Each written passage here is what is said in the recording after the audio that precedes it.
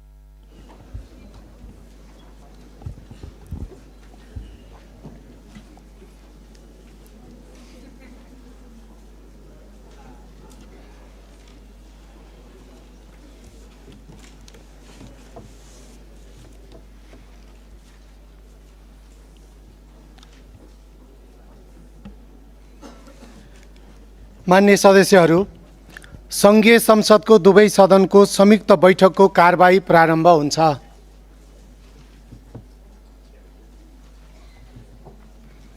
मान्य सदस्यहरू, अब सङ्घीय संसदको संयुक्त बैठक र संयुक्त समिति कार्य सञ्चालन नियमावली 2080 को नियम 5 बमोजिम माननीय अर्थमन्त्री डाक्टर स्वर्णिम वाग्लेलाई आर्थिक वर्ष 2083-84 को राजस्व र व्ययको वार्षिक अनुमान प्रस्तुत गर्न अनुमति दिन्छु।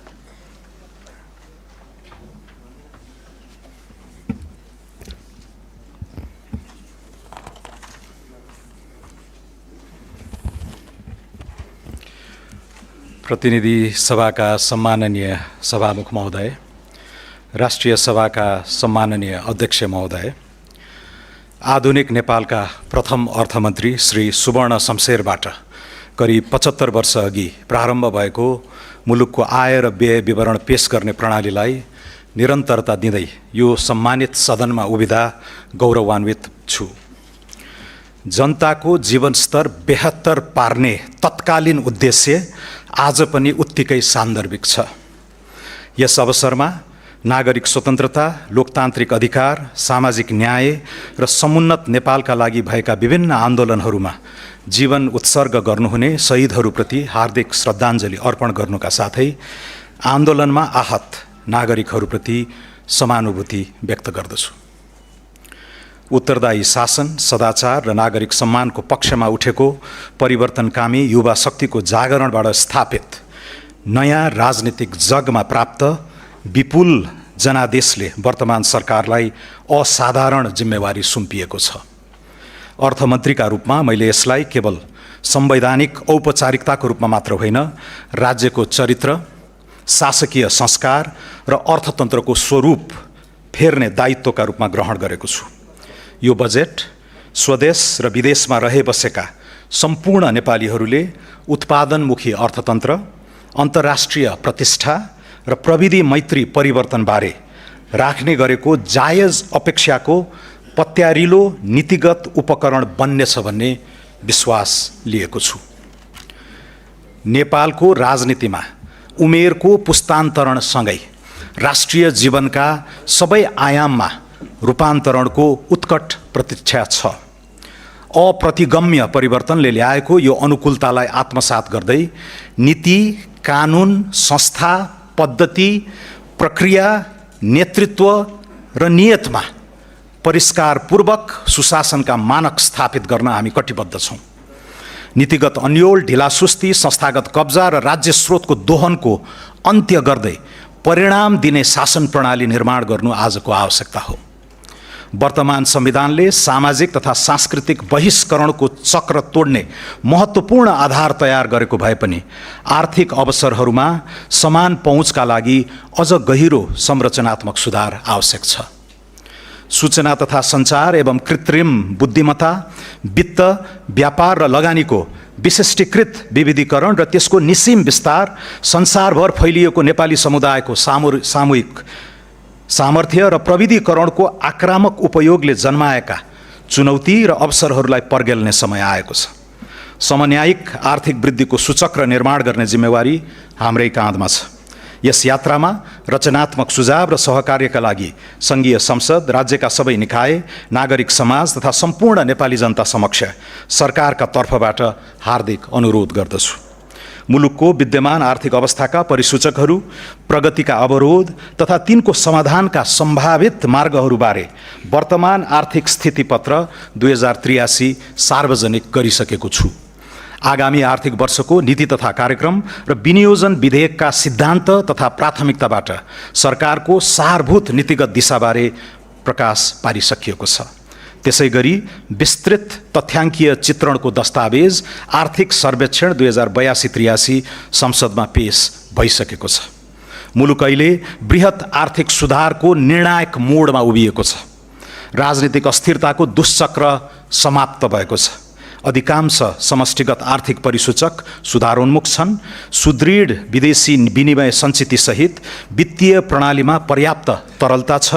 स्वच्छ ऊर्जा उत्पादन र नयाँ प्रविधिमा विशाल सम्भावना छन् भने युवा जनसाङ्ख्यिक शक्ति ठुलो पुँजीका रूपमा उपस्थित छ। यद्यपि अन्तर्राष्ट्रिय आपूर्ति श्रृङ्खलाको अस्थिरता, आन्तरिक बजारको शिथिलता, उत्पादनशील क्षेत्रमा न्यून लगानी तथा सार्वजनिक संस्थाप्रतिको अविश्वास चुनौतीका रूपमा रहेका छन्। यस बजेटको ध्येय यी चुनौतीलाई अवसरमा रूपान्तरण गर्दै राज्यको सेवा प्रदान क्षमता, निजी क्षेत्रको आत्मविश्वास र नागरिकको भरोसालाई एकैसाथ उकास्नु छ। सम्माननीय सभामुख महोदय, सम्माननीय अध्यक्ष महोदय, सुरुमा म आर्थिक वर्ष 2083-84 को बजेट मार्फत बसाल्न खोजिएको थिति र सर्वाङ्गीण विकासको जगसँग सम्बन्धित केही उल्लेख्य सुधारहरूको घोषणा गर्दछु। उद्यम व्यवसायलाई राहत र मध्यम वर्गको विस्तार गरी समग्र अर्थतन्त्रलाई गतिशील बनाउन करका दरमा बृहत पुनरावलोकन गरेको छु।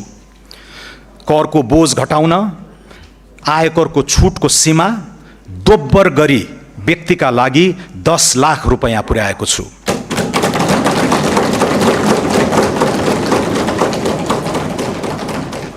व्यक्तिगत आयकरको अधिकतम दरलाई 10% बिन्दुले घटाएको छु।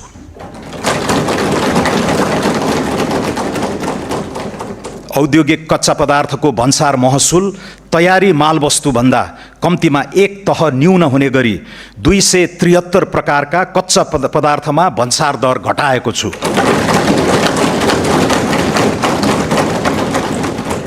विद्यमान 11 तहको भन्सार दरलाई 7 तहमा सीमित गरेको छु। हाल 360 वस्तुमा लागि आएको अन्तशुल्क खारेज गरेको छु। भन्सार बिन्दुमा सङ्कलन हुने पूर्वाधार विकास कर, सडक मर्मत तथा सुधार दस्तुर जस्ता छरिएका करलाई एकीकृत गरी हरित करमा समाहित गरेको छु। प्राकृतिक व्यक्तिको मृत्यु पश्चातको अस्वैच्छिक निसर्ग एवं निकायमा भएको स्वामित्व परिवर्तनको कारणले नियन्त्रित निकायमा हुने स्वामित्व परिवर्तनमा आयकर ऐन 2058 को दफा 57 आकर्षित नहुने व्यवस्था गरेको छु। सूचीकृत कम्पनीका धितोपत्र बिक्री गर्दा लाग्दै आएको पुँजीगत लाभ कर अन्तिम हुने व्यवस्था गरेको छु। डिजिटल भुक्तानीको माध्यमबाट उपभोक्ताले गर्ने खरिदमा बिजक जारी हुँदाकै समयमा मूल्य अभिवृद्धि करको 10% छुट पाउने व्यवस्था कार्यान्वयन गर्नेछौँ। मूल्य अभिवृद्धि कर फिर्ता गर्ने प्रणाली स्वचालित बनाउनेछौँ। वस्तु वा सेवाको खरिद बिक्रीमा बिजक लिने दिने संस्कृति प्रोत्साहन गर्न लटरी जस्ता आकर्षक कार्यक्रम सुरु गरिनेछ। मूल्य अभिवृद्धि करमा बहुदरको सान्दर्भिकताबारे अध्ययन गरी सुझाव पेश गर्न उच्चस्तरीय सुझाव समिति गठन गर्नेछौँ। कर परिपालनलाई दण्ड होइन विकासको सहयात्री बनाउने नीति लिएका छौँ। कानुनी अस्पष्टता र करदाताको अज्ञानताका कारण लामो समयदेखि सिर्जित कर विवादलाई निरूपण गरी व्यावसायिक वातावरण तयार गर्न कर छुट तथा सहुलियत सम्बन्धी विशेष योजना ल्याएको छु। सरकार वा करदाता पक्षबाट अदालत वा न्यायिक निकायमा पुगी विचाराधीन रहेको कर विवाद समाधान गर्न निर्धारित कर रकममा 1% थप गरी तोकिएको म्यादभित्र बुझाएमा मुद्दा फिर्ता लिई शुल्क, जरिवाना, थप दस्तुर, विलम्ब शुल्क वा ब्याज मिनाहा हुने व्यवस्था मिलाएको छु। नेपाल सरकारको विद्यमान बोझिलो संगठन संरचना अब चुस्त बन्नेछ। सङ्घीय मन्त्रालयको सङ्ख्या 22बाट 18 कायम भइसकेको परिप्रेक्ष्यमा विभाग कार्यालय र दरबन्दी कटौतीबाट बचत हुने रकमलाई प्रशासनलाई दक्ष बनाउन उपयोग गर्ने नीति लिएको छु। 31 निकाय खारेजी, 6 निकाय मर्जर, 6 निकाय हस्तान्तरण तथा 18 निकायको पुनर्संरचना गर्दैछौँ।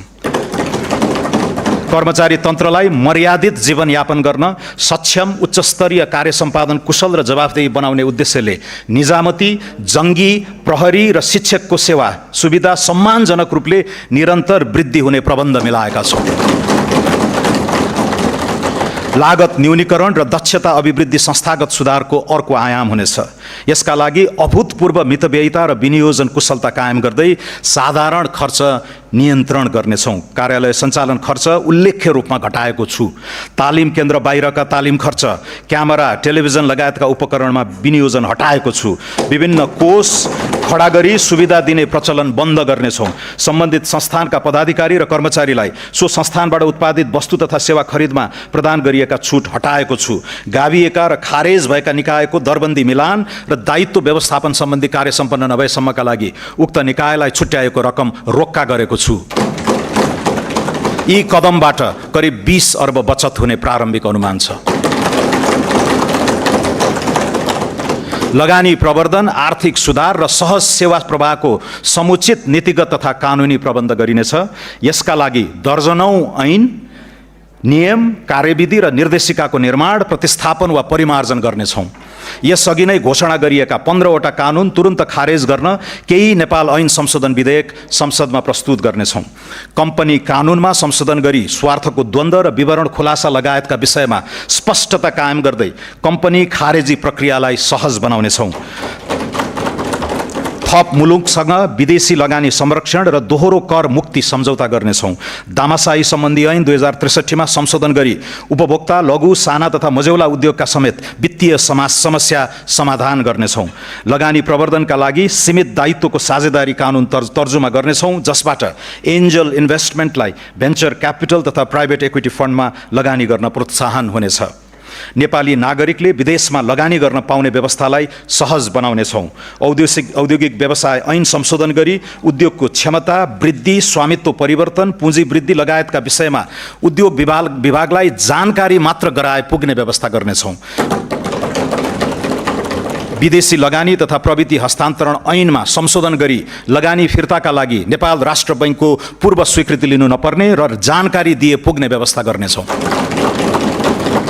वैदेशिक लगानीको दायराभित्र कन्भर्टेबल उपकरणहरू, परियोजना आबद्ध फन्डिङ लगायत अन्य हाइब्रिड उपकरणलाई समेट्नेछौँ। वैदेशिक लगानीको स्वचालित स्वीकृति प्रक्रियामा पूर्व स्वीकृतिको व्यवस्था हटाउनेछौँ। विदेशमा सेवा शुल्क, भुक्तानी, रोयल्टी र प्रविधि बापतको रकम पठाउने प्रक्रिया सरल बनाउनेछौँ।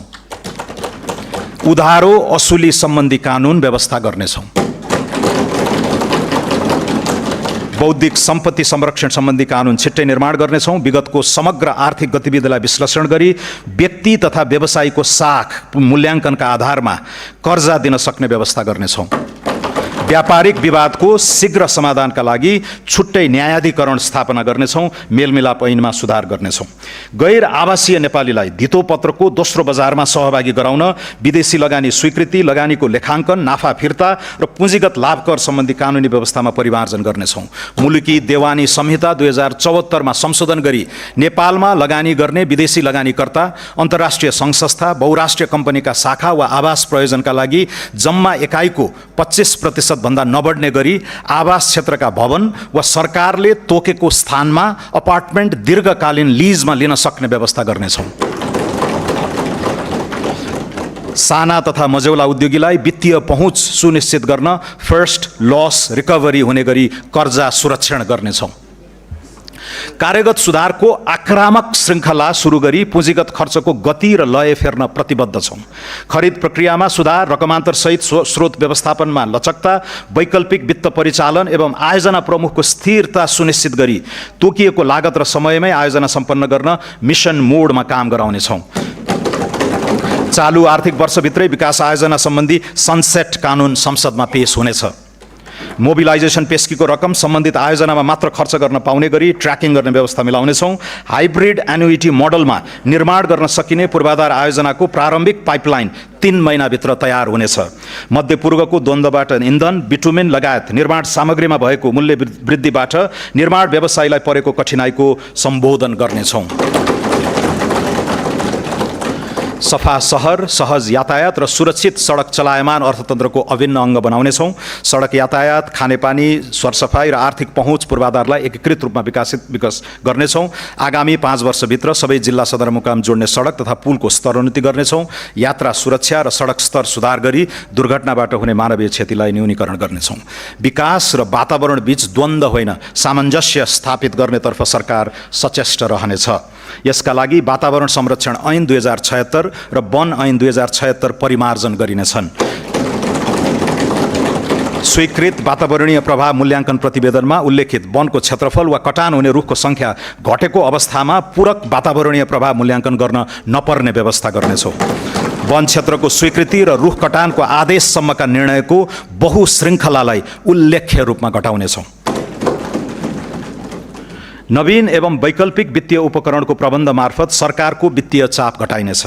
यस क्रममा सरकारको ब्यालेन्स सिट बाहिरबाट नै पुँजी परिचालन गरी सार्वजनिक लगानी एवं प्रविधि भित्र्याउन नयाँ वित्तीय उपकरण प्रस्ताव गरेको छु। पूर्वाधारमा निजी लगानी परिचालन गर्न वैकल्पिक विकास वित्त कोष सम्बन्धी कानुन प्रतिनिधि सभाबाट पारित भइसकेको छ। अन्तर्राष्ट्रिय बजारमा नेपाली मुद्रामै अफसोर बन्ड शीघ्र जारी हुनेछ।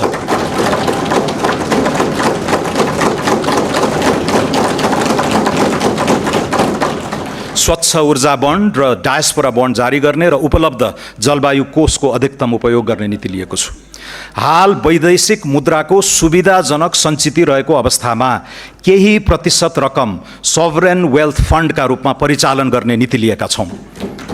कम्तीमा 3 महिनाको इन्धन भण्डारण, एआई फ्याक्ट्री लगायतका रणनीतिक महत्त्वका आयोजनामा लगानी गर्न मातृभूमि कोष स्थापना गर्नेछौँ। विदेशी ऋण वा लगानीमा आयोजनामा हुने विनिमय जोखिम न्यून गर्न आगामी आर्थिक वर्षदेखि उपयुक्त प्रिमियममा हेजिङ सेवा दिने व्यवस्था मिलाएको छु।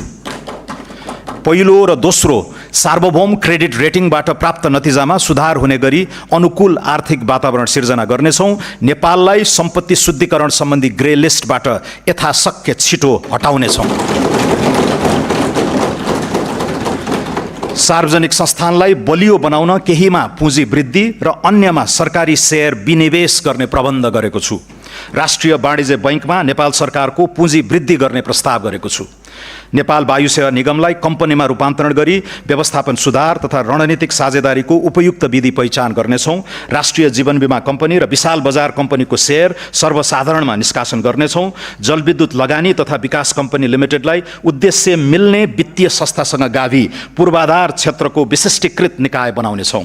गोरखकाली रबर उद्योग लगायत 7वटा सार्वजनिक संस्थानको सम्पत्ति तथा दायित्व मूल्याङ्कन DDA गरी निजी सार्वजनिक साझेदारी मोडलमा लगानी व्यवस्थापनको काम आगामी वर्षभित्रै सम्पन्न गर्नेछौँ।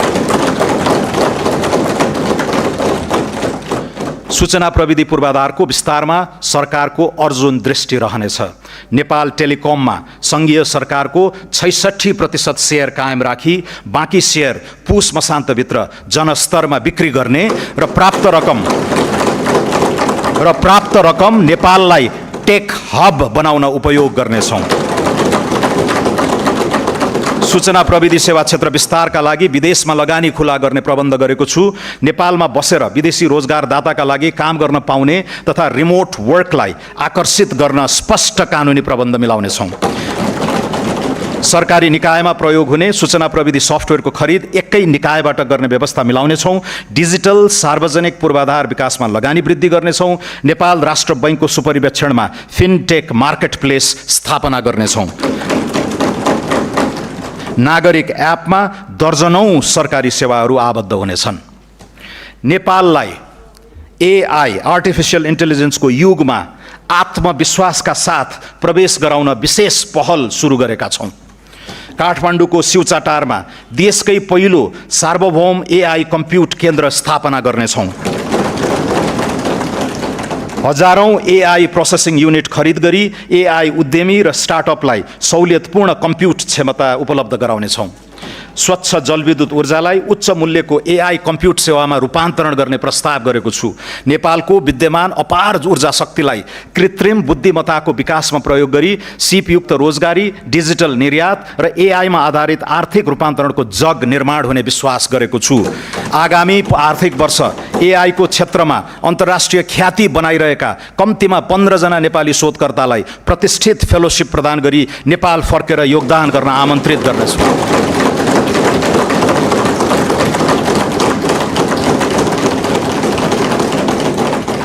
AI को युगमा महत्त्वपूर्ण भूमिका हुने गणित लगायतका शैक्षिक विधालाई उच्च प्राथमिकता दिनेछौँ।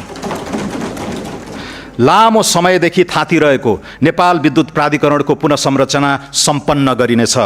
नेपाल विद्युत प्राधिकरणलाई विद्युत उत्पादन, प्रसारण र वितरण तथा व्यापारका लागि 3 छुट्टा छुट्टै कम्पनीमा विभाजन गर्नेछौँ। विद्युत खरिद सम्झौता भएका तर निर्माण सुरु नगरेका आयोजनाको अनुमति पत्र खारेज गरी टेक और पे विधिमा नयाँ PPA गर्ने प्रबन्ध गर्नेछौँ। 10 मेगावाट भन्दा कम क्षमताका विद्युत आयोजनाको तत्काल PPA गर्नेछौँ। सुक्खायाममा घटाघटमा विद्युत खरिद दर निर्धारण गरी खरिद सम्झौता गर्ने व्यवस्था मिलाउनेछौँ। निजी क्षेत्रलाई अन्तर्राष्ट्रिय बजारमा विद्युत व्यापार गर्न पाउने व्यवस्था मिलाउनेछौँ। प्रसारण लाइन बनाउने र व्हिलिङ चार्ज लिई विद्युत व्यापार गर्न सक्ने कानुनी व्यवस्था समेत मिलाउनेछौँ। जलविद्युत आयोजनाको अनुमति अवधिपछि आयोजनाको स्वामित्व नेपाल सरकारमा हस्तान्तरण हुँदा वनको जग्गा भोगाधिकार र रुख कटान बापतको शुल्क समायोजन गर्ने व्यवस्था मिलाउनेछौँ। ठुला तथा जलाशययुक्त आयोजनाको विकासका लागि निजी क्षेत्रलाई प्रोत्साहित गर्न प्रवर्धकले 100% रकम जलाशययुक्त आयोजनामा लगानी गर्ने सुनिश्चित गरेमा पहिलो वर्ष नै 40% सम्म सेयर सर्वसाधारणलाई बिक्री गर्न दिने नीति लिनेछौँ। सम्माननीय सभामुख महोदय, सम्माननीय अध्यक्ष महोदय, आर्थिक वृद्धिको उत्तम सम्भावना भएका ग्रामीण एवं शहरोन्मुख क्षेत्रको चतुर्दिक प्रादेशिक विकासमा लगानी बढाउनेछौँ। यस्ता क्षेत्रलाई ग्रोथ पोल र क्वाडका रूपमा विकसित गर्न नीतिगत र भौतिक पूर्वाधारको एकीकृत योजना कार्यान्वयन गर्नेछौँ। सुनकोशी मरिन डाइभर्जनबाट सिंचित हुने 1,22,000 हेक्टर कमान्ड क्षेत्रलाई आधार बनाउँदै हुलाकी र पूर्व पश्चिम राजमार्ग विस्तारका बाँकी काम सम्पन्न गरी कृषि र उद्योग क्षेत्रको मध्य मधेस चतुर्भुज क्वाड्राङ्गल बनाइनेछ। मध्य पहाडी, पुष्पलाल लोकमार्ग, कर्णाली राजमार्ग, भेरी कोरिडोर र रारादेखि जुम्ला हुँदै फोक्सुन्डोसम्मको कर्णाली चतुर्भुजमा जडीबुटी, जलविद्युत, पर्यटन र खानीजन्य क्रियाकलापले प्रश्रय पाउने व्यवस्था मिलाइनेछ। पूर्व पश्चिम राजमार्गको बुटवल नारायणघाट खण्ड र मुगलिन दमौली पोखरा खण्ड शीघ्र सम्पन्न गर्नेछौँ। सिद्धार्थ राजमार्गको अन्तर्राष्ट्रिय स्तरको रूपान्तरण सुरु गरी कालीगण्डकी सभ्यताको उद्गम क्षेत्रलाई तीर्थाटन र स्वच्छ उद्यम व्यवसाय केन्द्रित गण्डकी चतुर्भुज बनाउनेछौँ। त्रिवेणी धाम, देवघाट, रुरु क्षेत्र, कागबेनी, मुक्तिनाथ र दामोदर कुण्डलाई एकीकृत गर्दै शालिग्राम पथ विकास गर्नेछौँ। लुम्बिनी मुक्तिनाथ धार्मिक सांस्कृतिक मार्गमा आधारित निर्माण पथ प्रवर्धन गर्दै ध्यान, साधना, योग, बौद्ध, वैदिक दर्शन तथा मनाङ, मुस्ताङ र म्याग्दीको हिमाली सांस्कृतिक अनुभवलाई एकीकृत गर्नेछौँ। मध्य पहाडी राजमार्गसँग ओलाङचुङगोला, किमाथाङका, तातोपानी, रसुवागढी, कोरला, हिल्सा जस्ता उत्तरी पर्या व्यापारिक गन्तव्यहरूसँग जोड्ने लक्ष्य राखेका छौँ। कोशी टप्पुदेखि कञ्चनजङ्घासम्मको क्षेत्रलाई समेटी जैविक विविधता संरक्षण र स्वच्छ ऊर्जा विकास केन्द्रित कोशी कोरिडोरको योजना अगाडि बढाउने रामा रोशन, खप्तड, बडी मालिका, शैलेश्वरी, उग्रतारा र मल्लिकार्जुन क्षेत्र समेटी सुदूरपश्चिममा विशिष्ट पर्यटकीय चतुर्दिक विकास अगाडि बढाउनेछौँ।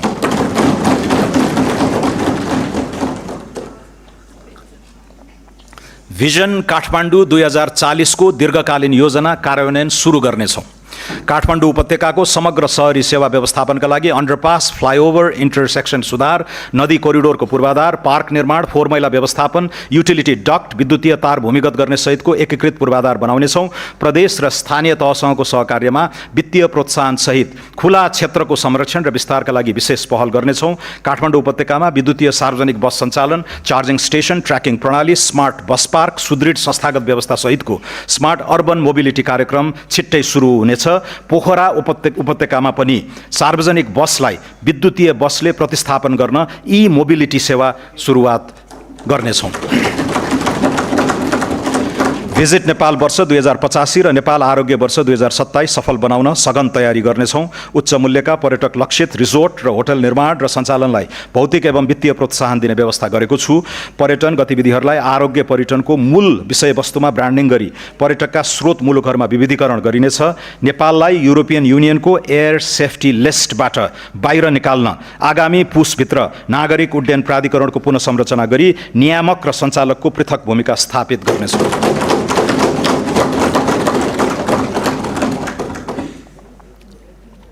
कृषि क्षेत्रको पुनरुत्थान सरकारको शीर्ष प्राथमिकतामा रहेको छ। कृषि उत्पादन, प्रशोधन, वितरण र बजारीकरणको सम्पूर्ण इकोसिस्टममा सुधार गर्नेछौँ।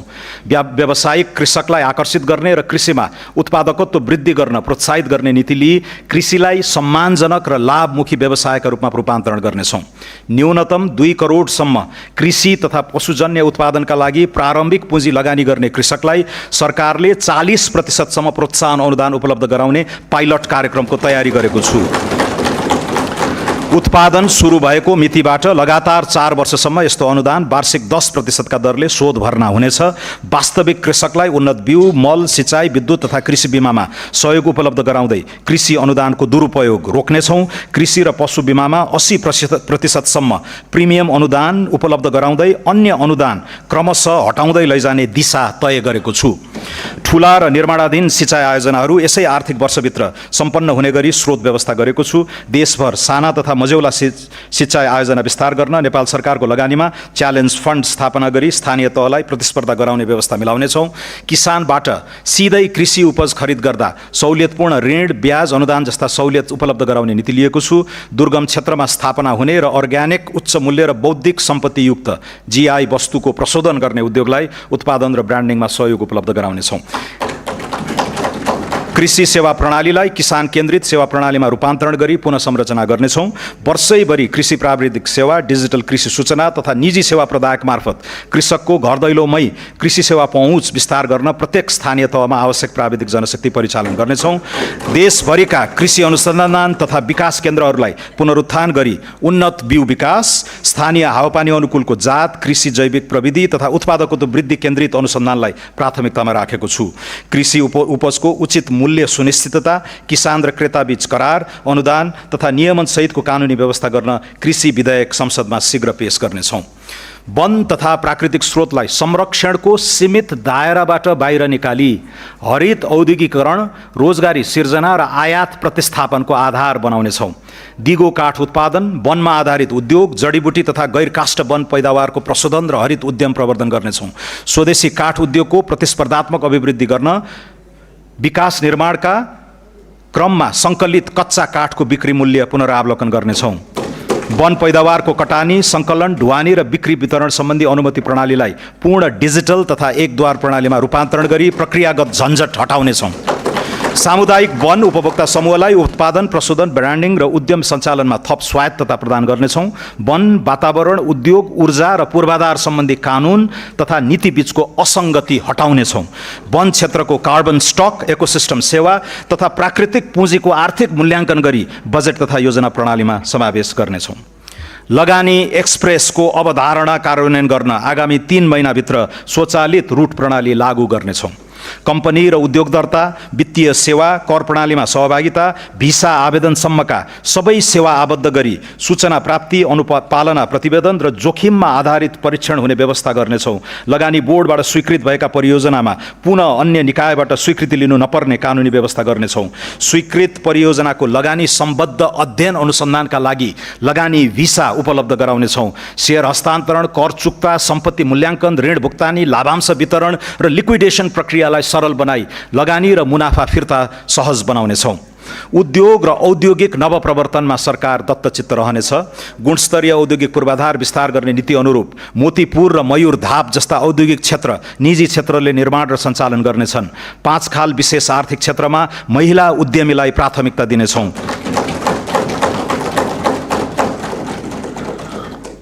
महिला उद्यमीलाई कर्जा प्रवाहमा थप सहुलियत प्रदान गर्नेछौँ। विशेष आर्थिक क्षेत्रलाई कर, भन्सार, आयात निर्यात र लगानीको सम्पूर्ण निर्णय एकै थलोबाट हुने विशेष आर्थिक प्रशासन क्षेत्रको व्यवस्था मिलाउनेछौँ। उत्पादनमूलक उद्योगको प्रतिस्पर्धात्मक क्षमता अभिवृद्धि गर्न विद्युतको डिमान्ड शुल्क पुनरावलोकन गर्दै विद्युत महसुलमा छुट दिने व्यवस्था गर्नेछौँ। उद्योगीहरूले औद्योगिक क्षेत्र, विशेष आर्थिक क्षेत्र तथा लिजमा उपलब्ध गराइने जग्गामा निर्मित संरचनालाई बैंकिङ प्रयोजनका लागि धितो राख्न सक्नेछन्। पुँजी अभावका कारण पूर्ण क्षमतामा सञ्चालन हुन नसकेका उद्योग तथा व्यवसायलाई व्यावसायिक पुनरुत्थान कर्जा उपलब्ध गराई क्षमता विस्तार र वृद्धिमा प्रोत्साहित गर्नेछौँ। नव उद्यम, स्टार्टअप, नवप्रवर्तन र उद्यमशीलतालाई आर्थिक रूपान्तरणको दह्रो आधार बनाउनेछौँ। नव उद्यमलाई पहिचान, सिप बजार र वित्तीय पहुँचसँग अनुकूलित गर्दै नाफा आबद्ध कर सहुलियत, सार्वजनिक खरिदमा प्राथमिक पहुँच, डिजिटल दर्ता तथा नियामकीय सहजीकरण मार्फत नव उद्यम सञ्चालन प्रणालीलाई सुदृढ बनाउनेछौँ। नव उद्यम वित्त पोषणलाई केवल ऋणमा आधारित मोडेलमा सीमित नराखी प्रारम्भिक चरणमा अनुदान, सम्भाव्यता प्रमाणित उद्यमका लागि सहुलियतपूर्ण कर्जा तथा विस्तार चरणमा वृद्धि पुँजीको व्यवस्था गरिनुको साथै निजी क्षेत्र र गैर आवासीय नेपालीको सहलगानी प्रोत्साहित गर्नेछौँ। विज्ञान, प्रविधि, अनुसन्धान र नवप्रवर्तनका लागि पुँजीगत खर्चको न्यूनतम 1% रकम विनियोजन गरेको छु। व्यक्तिगत क्रेडिट स्कोरिङ प्रणाली लागू गर्दै पियर टु पियर P2P लेनदेनलाई नियमनसहित सञ्चालन गर्नेछौँ। कृषि, उद्योग, पर्यटन र जलविद्युत क्षेत्रमा दीर्घकालीन स्थिर ब्याजदरमा कर्जा प्रवाह गर्न नीतिगत व्यवस्था गर्नेछौँ। बैंकिङ क्षेत्रमा बढ्दो खराब कर्जा तथा गैर बैंकिङ सम्पत्तिको प्रभावकारी व्यवस्थापन गर्न विशेष कानुनी अधिकारसहित राष्ट्रिय सम्पत्ति व्यवस्थापन कम्पनी पुस मसान्तसम्म स्थापना गर्नेछौँ। समग्र शैक्षिक इकोसिस्टममा प्रणालीगत पुनर्संरचना गर्नेछौँ। राष्ट्रिय विद्यालय नक्साङ्कन र पूर्वाधार अडिट, शिक्षक क्षमता परीक्षण, AI तथा एडटेक तत्परता मूल्याङ्कन समेतका आधारमा नवप्रवर्तन तथा सिप केन्द्रित शिक्षा विस्तार गर्न विद्यालय शिक्षामा लगानी बढाउनेछौँ। शिक्षा प्रणालीलाई विद्यालय केन्द्रित प्रणालीमा रूपान्तरण गर्दै शैक्षिक गुणस्तर अभिवृद्धि र पूर्वाधार निर्माणमा अभिभावकीय सहयोग स्वीकार गर्ने नीति लिएका छौँ। विद्यालय व्यवस्थापन समितिलाई गुणस्तरीय शिक्षा सुनिश्चितताको माध्यम बनाउनेछौँ। सम्पूर्ण शैक्षिक संस्थामा सफा शौचालय अभियान सञ्चालन गर्नेछौँ। उच्च शिक्षालाई अनुसन्धान, नवप्रवर्तन, ज्ञान उत्पादन र राष्ट्रिय क्षमता निर्माणको केन्द्रका रूपमा पुनः संरचना गर्नेछौँ। चिकित्सा, नर्सिङ, सूचना प्रविधि लगायत उच्च शिक्षाका विभिन्न विधामा हाल लगाइएको कोटालाई चालु आर्थिक वर्षभित्र पुनरावलोकन गरी उल्लेख्य वृद्धि गर्नेछौँ। उद्योग तथा श्रम बजारसँग प्रत्यक्ष आबद्ध मागमा आधारित सिप प्रणाली विस्तार गर्नेछौँ। राष्ट्रिय योग्यता ढाँचा तथा पूर्व सिकाइ मान्यता लागू गरी प्रवासी अनौपचारिक तथा अनुभवी श्रमिकको सिपलाई औपचारिक मान्यता दिनेछौँ। पारिश्रमिक सहितको इन्टर्नसिप प्रणालीलाई संस्थागत गरिनेछ। यो बजेटले स्वास्थ्य सेवामा नीतिगत फड्को मार्ने लक्ष्य लिएको छु। दक्ष स्वास्थ्य जनशक्ति, प्रयोगशाला, अत्यावश्यक औषधि, डिजिटल स्वास्थ्य प्रणाली तथा प्रभावकारी रेफरल सेवा सहितका आधारभूत संस्थाहरूलाई स्वास्थ्य सेवाको प्रथम बिन्दु बनाउने दीर्घकालीन लक्ष्य लिएका छौँ। सरकारले निशुल्क उपलब्ध गराउने मध्ये कम्तीमा 25 प्रकारका औषधि उत्पादन गर्न नेपाल औषधि लिमिटेडलाई सक्षम बनाउनेछौँ। त्रिभुवन विश्वविद्यालय शिक्षण अस्पताल, चिकित्सा विज्ञान राष्ट्रिय प्रतिष्ठान र पाटन स्वास्थ्य विज्ञान प्रतिष्ठानलाई अन्तर्राष्ट्रिय स्तरको विश्वविद्यालयको रूपमा विकास गरी विदेशी विद्यार्थी समेतलाई शिक्षा प्रदान गर्न सक्षम बनाउनेछौँ। सार्वजनिक साझेदारी मोडल, पब्लिक पार्टनरसिप मोडल अन्तर्गत 7वटै प्रदेशका प्रमुख सरकारी अस्पताललाई चरणबद्ध रूपमा शिक्षण अस्पताल तथा विशिष्टीकृत स्वास्थ्य सेवा केन्द्रमा रूपान्तरण गरिनेछ। कर्मचारी सञ्चय कोष, नागरिक लगानी कोष र सामाजिक सुरक्षा कोषमा रहेको लगानी योग्य स्रोतलाई स्वास्थ्य पूर्वाधार, मेडिकल शिक्षा र विशिष्टीकृत सेवा विस्तारमा परिचालन गर्नेछौँ। स्वास्थ्य बीमा कार्यक्रमको व्यापक पुनर्संरचना गर्नेछौँ। छरिएर रहेका सामाजिक स्वास्थ्य सुरक्षा कार्यक्रम र स्वास्थ्य सम्बन्धी दायित्वलाई एकीकृत गर्दै एकल भुक्तानी विधि अपनाउनेछौँ। स्वास्थ्य बीमाको सर्वव्यापीकरणबाट आगामी 3 वर्षमा 90% नेपाली स्वास्थ्य बीमाको दायरामा आउने र व्यक्तिगत उपचार खर्चमा उल्लेख्य कटौती हुने अपेक्षा राखेका छौँ। राष्ट्रिय ट्रमा नीति तर्जुमा गरी सडक दुर्घटना र आकस्मिक ट्रमाबाट हुने जनधनको क्षति न्यूनीकरण गर्नेछौँ। आगामी 5 वर्षभित्र स्मार्ट वितरण प्रणालीबाट 24 घण्टा स्वच्छ पिउने पानी सुनिश्चित गर्नेछौँ। आगामी 3 वर्षभित्र 65% र 5 वर्षभित्र 100% नागरिकलाई सुरक्षित र स्वच्छ खानेपानी सेवा उपलब्ध गराउनेछौँ। खानेपानी आपूर्तिको गुणस्तर, शुल्क संरचना तथा सेवा दायित्व सुनिश्चित गर्न नियमन प्रणाली सुदृढ पार्नेछौँ। काठमाडौँ उपत्यकामा दिगो खानेपानी सेवा सुनिश्चितताको लागि विद्यमान महसुल संरचनाको पुनरावलोकन गर्नेछौँ। काठमाडौँ उपत्यका खानेपानी व्यवस्थापन बोर्ड, काठमाडौँ उपत्यका खानेपानी लिमिटेड, आयोजना कार्यान्वयन निर्देशनालय र खानेपानी तथा सरसफाई सेवा महसुल निर्धारण आयोगलाई गाभी एउटै संरचना बनाउनेछौँ। सामाजिक सुरक्षा प्रणालीलाई थप न्यायोचित र लक्षित बनाउनेछौँ। आर्थिक रूपमा सक्षम नागरिकलाई सामाजिक सुरक्षा भत्ता स्वैच्छिक रूपमा त्याग्न सक्नेले छोडौँ, नसक्नेलाई जोडौँ भन्ने राष्ट्रिय अभियान सञ्चालन गर्नेछौँ।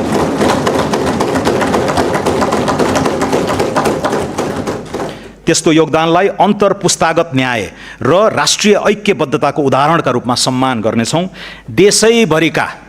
देशैभरिका दलित बालबालिकालाई उपलब्ध गराइएको बाल पोषण भत्तालाई दोब्बर गरी मासिक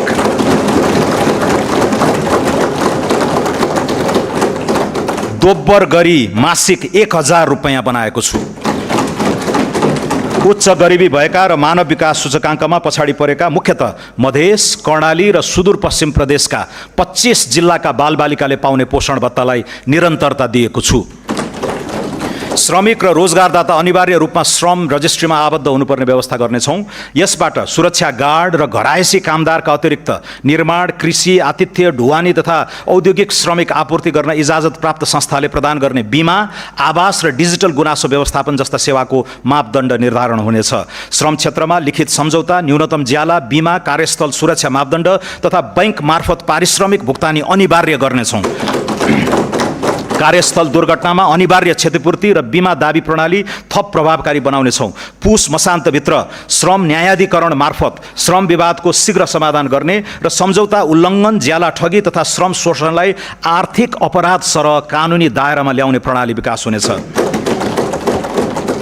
अनौपचारिक र असङ्गठित क्षेत्रमा कार्यरत श्रमिकलाई सामाजिक सुरक्षा प्रणालीमा आबद्ध गर्न विशेष अभियान सञ्चालन गर्नेछौँ। पुँजी बजारलाई मर्यादित र लगानी मैत्री बनाउन नियामकको क्षमता अभिवृद्धि, प्रविधि मैत्री कारोबार प्रणाली र लगानीकर्ता संरक्षण संयन्त्र सुदृढ गर्नेछौँ। नेपाल स्टक एक्सचेन्जको पुनः अघि बढाई इन्ट्राडे, सर्ट सेलिङ र डेरिभेटिभ जस्ता उपकरणको चरणबद्ध सुरुवात गर्नेछौँ। शेयर कर्नरिङ, इन्साइडर ट्रेडिङ जस्ता पुँजी बजारमा हुने अवांछित गतिविधि विरुद्ध शून्य सहनशीलताको नीति लिनेछौँ। नेपालको धितोपत्र बजारमा सूचीकृत कम्पनीलाई तोकिएको प्रक्रिया पूरा गरी विदेशी धितोपत्र बजारमा सूचीकृत हुने गरी ग्लोबल डिपोजिटरी रिसिट जारी गर्न सक्ने व्यवस्था मिलाउनेछौँ। सौम्य शक्तिको विस्तार गर्दै डायस्पोराको सिप पुँजी र सञ्जालको सदुपयोग गर्नेछौँ। प्रवासमा रहेका नेपाली नागरिकलाई लोकतान्त्रिक प्रक्रियामा आबद्ध गराई उनीहरूको मताधिकार सुनिश्चित गर्न कानुनी, प्राविधिक तथा प्रशासनिक पूर्वाधार तयारी गर्नेछौँ। भिसा प्रणालीमा व्यापक सुधार गरी लगानी मैत्री अध्यागमन व्यवस्थापन गर्न नयाँ विधेयक संसदमा पेश गर्नेछौँ। अति कम विकसित मुलुकको राष्ट्रसङ्घीय दर्जाबाट निस्कन हाल न्यूनतम योग्यता पुगेको भए पनि अर्को 2 वर्ष घनीभूत आर्थिक, सामाजिक, राष्ट्रिय पुनर्जागरणको आडमा नेपालको स्तरोन्नति गराउने निर्णय गरेका छौँ। त्यस्तो स्तरोन्नति अप्रतिगम्य होस् भन्ने चाहेका छौँ। राजनीतिक प्रणालीमा पारदर्शिता र उत्तरदायित्वको बलियो आधार निर्माण गर्नेछौँ। स्वस्थ लोकतान्त्रिक प्रतिस्पर्धालाई संस्थागत गर्न राष्ट्रिय मान्यता प्राप्त राजनीतिक दलहरूलाई पछिल्लो आम निर्वाचनमा प्राप्त मतको आधारमा सरकारी अनुदान दिने बारे बृहत राजनीतिक बहस गराउनेछौँ। यसरी उपलब्ध हुन सक्ने अनुदानको लेखा परीक्षण महालेखा परीक्षकले गर्ने व्यवस्था मिलाइनेछ। प्रमाणमा आधारित नीति निर्माण, कार्यान्वयन र अनुगमनलाई प्रभावकारी बनाउनेछौँ। शैक्षिक गुणस्तर परीक्षण केन्द्र, कृषि तथ्याङ्क प्रणाली तथा नेपाल राष्ट्र बैङ्क अन्तर्गत रहेको उपभोक्ता मूल्य सूचकाङ्क सम्बन्धी तथ्याङ्क प्रणाली लगायतलाई राष्ट्रिय तथ्याङ्क कार्यालय अन्तर्गत एकीकृत गरिनेछ। त्यसै गरी नीति अनुसन्धान प्रतिष्ठानलाई राष्ट्रिय योजना आयोग अन्तर्गत राखी सरकारको दीर्घकालीन सोच र नीति निर्माण गर्न सक्षम निकाय बनाउनेछौँ। सम्माननीय सभामुख महोदय, सम्माननीय अध्यक्ष महोदय, अब म क्षेत्रगत कार्यक्रम र विनियोजन प्रस्तुत गर्दछु।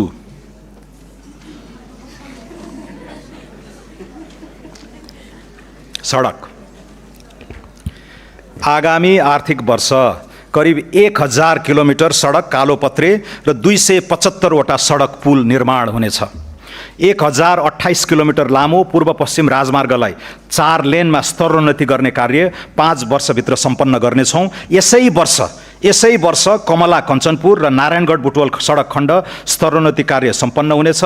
आगामी वर्ष काकडभिट्टा लौकही, कमला बागमती, बुटवल गोरुसिङ्गे र धानखोला लमही खण्ड अन्तर्गत 80 किलोमिटर सडक स्तरोन्नति गर्नेछौँ।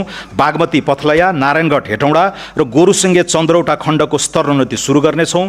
पकली कञ्चनपुर, चन्द्रौटा धानखोला र कोवलपुर गड्डा चौकी सडक खण्डको स्तरोन्नतिको अध्ययन सम्पन्न गर्नेछौँ। पूर्व पश्चिम राजमार्गको लागि रु 37 अर्ब 46 करोड विनियोजन गरेको छु।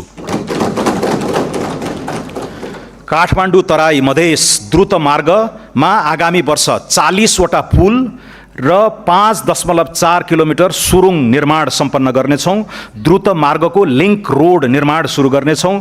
यस मार्गको लागि रु 17 अर्ब 64 करोड विनियोजन गरेको छु। हुलाकी राजमार्ग आगामी 3 वर्षभित्र निर्माण सम्पन्न गर्नेछौँ।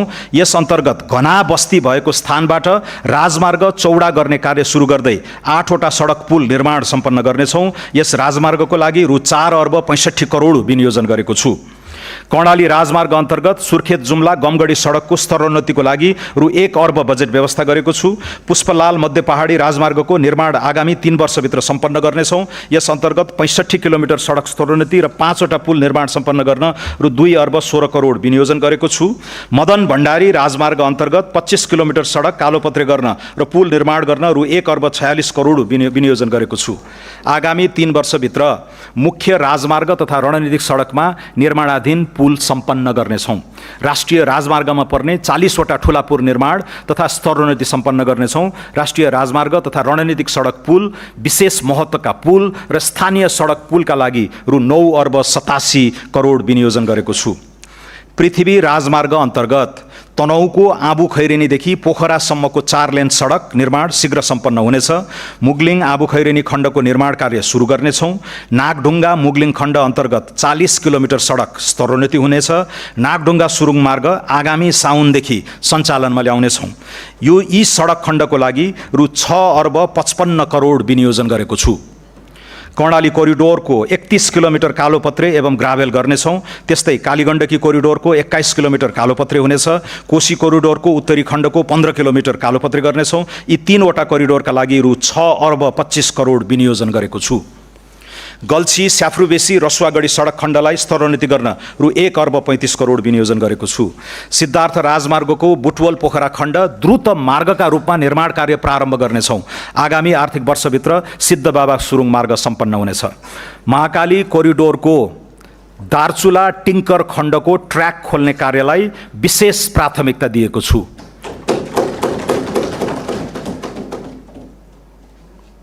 मेची अरुण तमोर भेरी सेती कोरिडोर र खुटिया दिपायल सडकको स्तरोन्नति कार्यलाई तीव्रता दिइनेछ।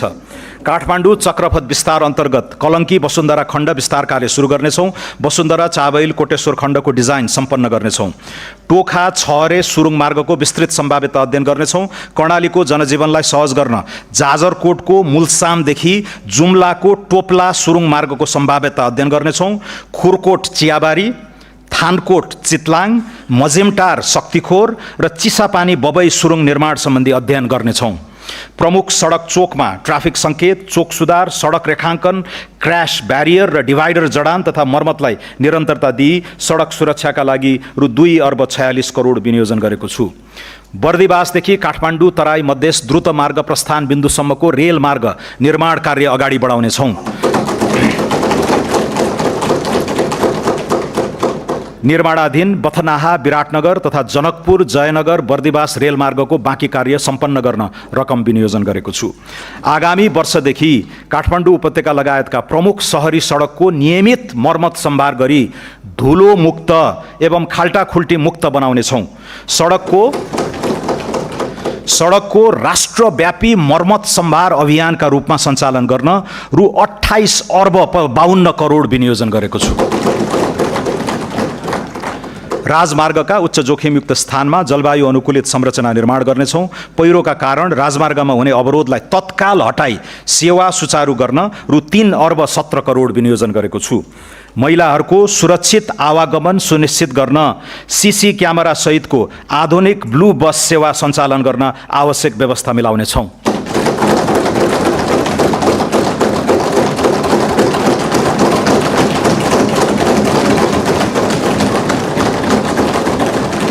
सहरी विकास मध्य पहाडी लोकमार्ग आसपासका 12 स्थानमा पहिचानयुक्त सहर निर्माण गर्न जग्गा विकास र पूर्वाधार निर्माण कार्यलाई निरन्तरता दिन रु 1 अर्ब 83 करोड विनियोजन गरेको छु। देशका प्रमुख सहरहरूमा एकीकृत फोहोर मैला व्यवस्थापन, ढलमुक्त नदी अभियान र नदी किनारामा हरियाली प्रवर्धनका लागि रु 4 अर्ब 19 करोड विनियोजन गरेको छु। जेनजी आन्दोलनका क्रममा क्षति भएका सरकारी भवनको प्रबलीकरण तथा पुनर्निर्माण कार्यलाई प्राथमिकता दिनेछौँ।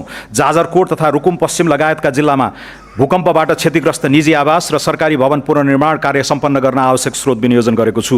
हालसम्म सडक सञ्जालबाट नजोडिएका स्थानीय तहका केन्द्रलाई राष्ट्रिय राजमार्ग वा नजिकको प्रदेश राजधानीसँग सर्वयाम सञ्चालन हुने सडकमा जोड्ने गरी स्थानीय तह केन्द्र पहुँच सुधार कार्यक्रम अगाडि बढाउनेछौँ। नागरिकलाई आधारभूत यातायात सेवामा पहुँच बढाउन बढीमा 30 मिनटको पैदल यात्राको दूरी नबढ्ने गरी झोलुङ्गे पुल निर्माण गर्न रु 5 अर्ब 14 करोड बजेट विनियोजन गरेको छु।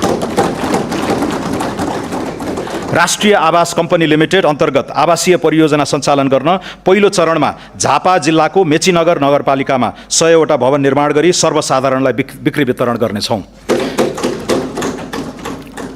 सडक तथा सहरी पूर्वाधार विकासका लागि 286 अर्ब 48 करोड विनियोजन गरेको छु।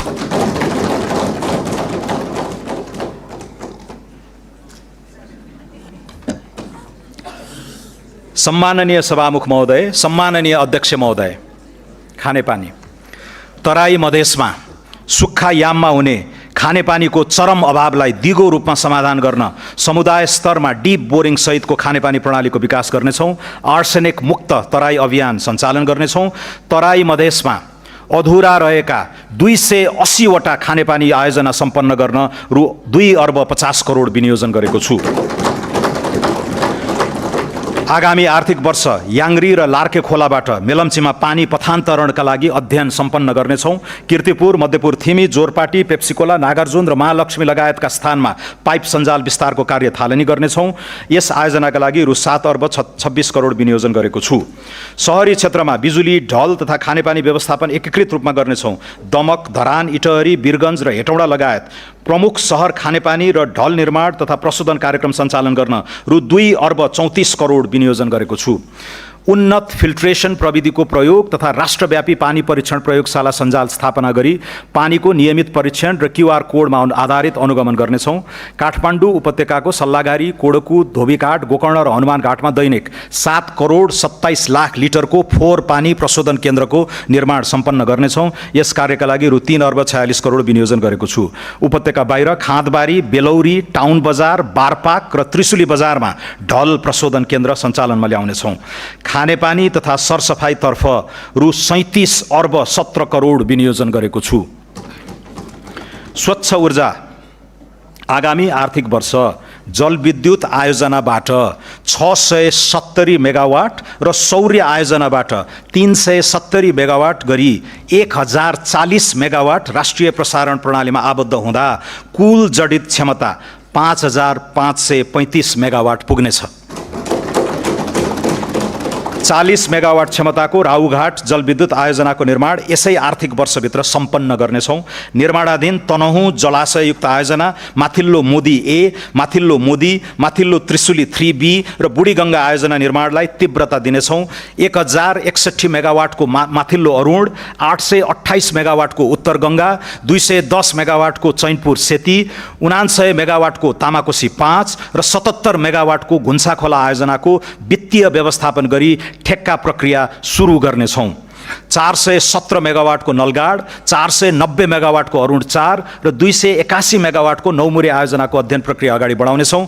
कर्मचारी सञ्चय कोषका सञ्चयकर्ता समेतको लगानीमा 439 मेगावाटको वेतन कर्णाली जलविद्युत आयोजना निर्माणका लागि ठेक्का प्रक्रिया सुरु गर्नेछौँ। 1200 मेगावाटको बुढी गण्डकी जलाशययुक्त आयोजना निर्माणका लागि अधिकार सम्पन्न प्राधिकरण मोडलमा निर्माण कार्य अगाडि बढाउनेछौँ। 670 मेगावाटको दुधकोशी जलाशययुक्त आयोजनाको फाइनेन्सियल क्लोजर सम्पन्न गरी ठेक्का प्रक्रिया सुरु गर्नेछौँ। 900 मेगावाटको अरुण तेस्रो, 669 मेगावाटको तल्लो अरुण लगायत लगानी बोर्ड मार्फत निर्माण कार्य अगाडि बढाइएका करिब 3000 मेगावाट क्षमताका आयोजना विकास गर्न सरकारले आवश्यक सहजीकरण गर्नेछ। निर्माणाधीन प्रसारण लाइन तथा सबस्टेसन निर्माण सम्पन्न गर्न रु 70 अर्ब विनियोजन गरेको छु। हेटौडा ढल्केबर इनोरुवा 400 केबी प्रसारण लाइन चालु आर्थिक वर्षभित्रै निर्माण सम्पन्न हुनेछ। 400 केबी का नयाँ खिम्ती 12 बिसे काठमाडौँ र हेटौडा रातमाटे लप्सीबेदी न्यू दमौली न्यू बुटवल प्रसारण लाइन निर्माण कार्यलाई तीव्रता दिनेछौँ। अन्तर्देशीयतर्फ बुटवल गोरखपुर र इनोरुवा पूर्णिया प्रसारण लाइन निर्माण कार्यलाई तीव्रता दिनेछौँ। ढल्केबर मुजफ्फरपुर सीतामढी, लम्की दोदोधरा बरेली, लमही लखनऊ, निजगढ मोतिहारी र चिलिमे हब केरुङ प्रसारण लाइनको अध्ययन सम्पन्न गरी निर्माण सुरु गर्नेछौँ। कर्णाली कोरिडोर राष्ट्रिय प्रसारण लाइन निर्माणलाई तीव्रता दिनेछौँ। राष्ट्रिय ग्रिड नपुगेका कर्णालीका स्थानीय तहमा विद्युतीकरणलाई तीव्रता दिनेछौँ। ग्रीन हाइड्रोजनको व्यावसायिक उत्पादनको प्रारम्भ गर्न हेटौडामा 2.5 मेगावाट क्षमताको ग्रीन हाइड्रोजन प्लान्टलाई पाइलट परियोजनाको रूपमा कार्यान्वयन गर्नेछौँ। सुक्खायामको पिक आवरमा हुने विद्युत अभावलाई सम्बोधन गर्न काठमाडौँ उपत्यकामा 100 मेगावाटको ब्याट्री एनर्जी स्टोरेज प्रणालीको कार्यक्रम प्रारम्भ गर्नेछौँ। ग्रीन हाइड्रोजन उत्पादन कार्यलाई अगाडि बढाउन आवश्यक बजेटको व्यवस्था गरेको छु। ऊर्जा उत्पादन, प्रसारण र वितरण लाइन निर्माणका लागि रु 85 अर्ब 54 करोड विनियोजन गरेको छु। सिंचाई आगामी आर्थिक वर्ष थप 15,800 हेक्टर खेतीयोग्य जमिनमा सिंचाई सुविधा पुर्याउनेछौँ। यसबाट खेतीयोग्य सिंचित जमिनको अनुपात 64% पुग्नेछ। नदी नियन्त्रणतर्फ 70 किलोमिटर तटबन्ध निर्माण र 210 हेक्टर जग्गा उकास गर्नेछौँ। बबई सिंचाई आयोजना अन्तर्गत आगामी आर्थिक वर्ष 1066 हेक्टर जमिनमा सिंचाईको सुविधा पुर्याउनेछौँ। राजापुर सिंचाई आयोजनाको पुनर्स्थापनाको कार्य अगाडि बढाइनेछ। भेरी बबई डाइभर्सन आयोजनाको हेडवर्क्स निर्माण कार्य सम्पन्न गर्नेछौँ। यी आयोजनाका लागि रु 5 अर्ब 63 करोड विनियोजन गरेको छु। सिक्टा सिंचाई आयोजना अन्तर्गत बाँके पूर्व र पश्चिमतर्फ 5000 हेक्टर जमिनमा थप सिंचाई सुविधा पुर्याउनेछौँ। यसका लागि रु 2 अर्ब 55 करोड विनियोजन गरेको छु। सुनकोशी मरिन डाइभर्जन आयोजनाको बाँध र विद्युत गृह निर्माणको लागि पुनः ठेक्का लगाई 4 वर्षभित्र सम्पन्न गर्ने गरी निर्माण कार्य सुरु गर्नेछौँ। यस वर्ष यसका लागि 2 अर्ब 98 करोड विनियोजन गरेको छु।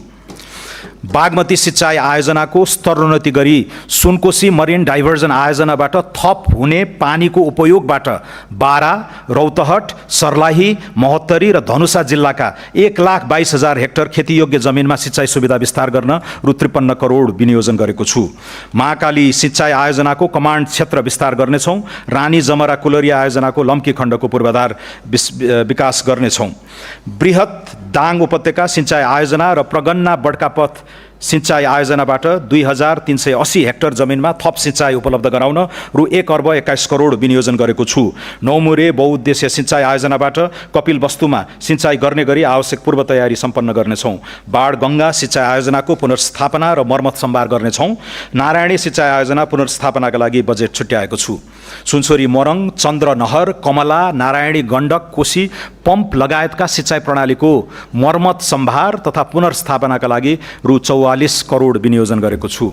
सतह सिँचाइको सेवा नपुगेका तराई मधेसका थप 3,980 हेक्टर खेतीयोग्य जमिनमा भूमिगत सिँचाइ सुविधा पुर्याउन रु 1,83 करोड विनियोजन गरेको छु।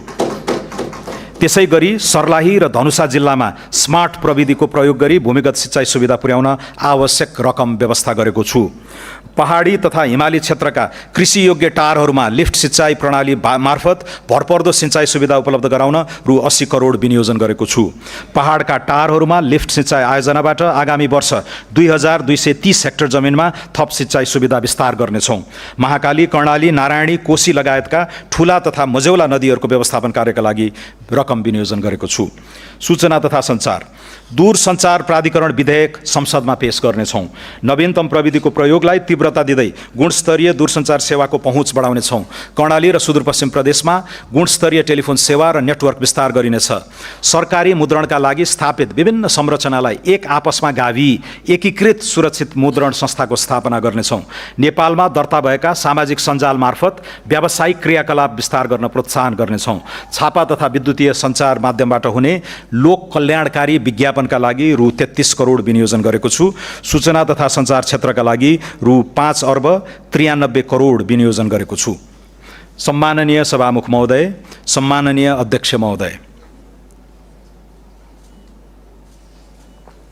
खेलकुद खेल पूर्वाधारलाई युवा विकास र स्थानीय अर्थतन्त्रसँग जोड्दै आगामी 3 वर्षभित्र कम्तीमा 8,000 दर्शक क्षमताका 10 वटा फुटबल रङ्गशालालाई फ्लड लाइट सहितको स्तरोन्नति गर्नेछौँ।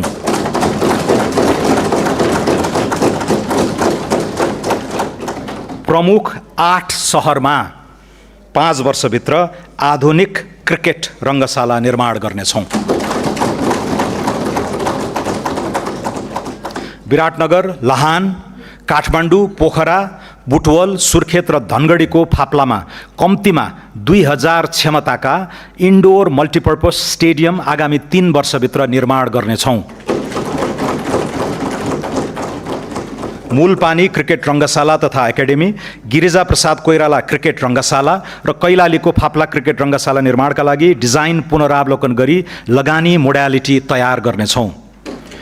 खेलकुदमा विशेष रुचि र क्षमता भएका विद्यार्थीलाई विद्यालयको आधारभूत तहदेखि छनौट गरी आवासीय सुविधासहित तालिम दिने व्यवस्था मिलाउनेछौँ। अन्तर्राष्ट्रिय पदक जित्ने खेलाडीलाई अवकाशपछि सम्मानजनक जीवन जिउन सक्ने गरी आजीवन निशुल्क स्वास्थ्य उपचारको व्यवस्था गर्नेछौँ।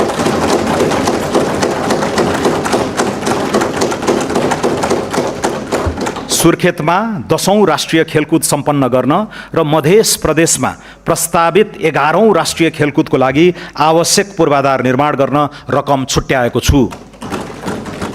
खेलकुद क्षेत्रको लागि रु 4,03 करोड विनियोजन गरेको छु। गुणस्तरीय शिक्षा मुलुकभरका सामुदायिक विद्यालयहरूको पूर्वाधार आवश्यकताको म्यापिङ गर्नका लागि रु 1 अर्ब विनियोजन गरेको छु।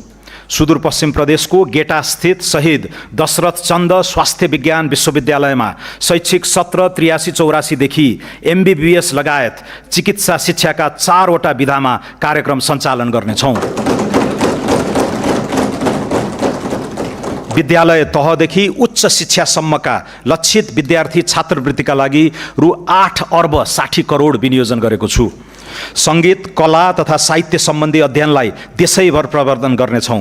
राजगुठी लगतमा दर्ता रहेको त्रिपुरेश्वर महादेव मन्दिर परिसरमा गुठी रिसर्च इन्स्टिट्युट एवं एथ्नो म्युजिकोलोजी सेन्टर स्थापनाका लागि रकम छुट्याएको छु।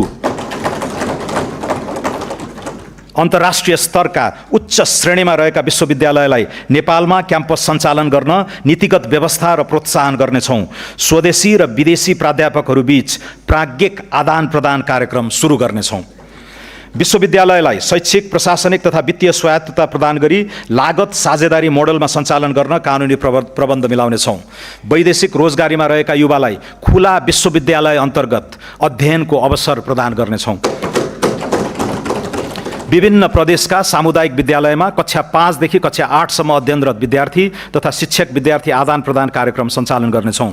मानव विकास सूचकाङ्कमा पछाडि परेका समुदायको आधारभूत शिक्षामा पहुँच सुनिश्चित गर्न आवासीय विद्यालय सञ्चालन गर्नेछौँ। यस कार्यक्रम चितवन जिल्लाको चेपाङ समुदायबाट सुरु गर्नेछौँ।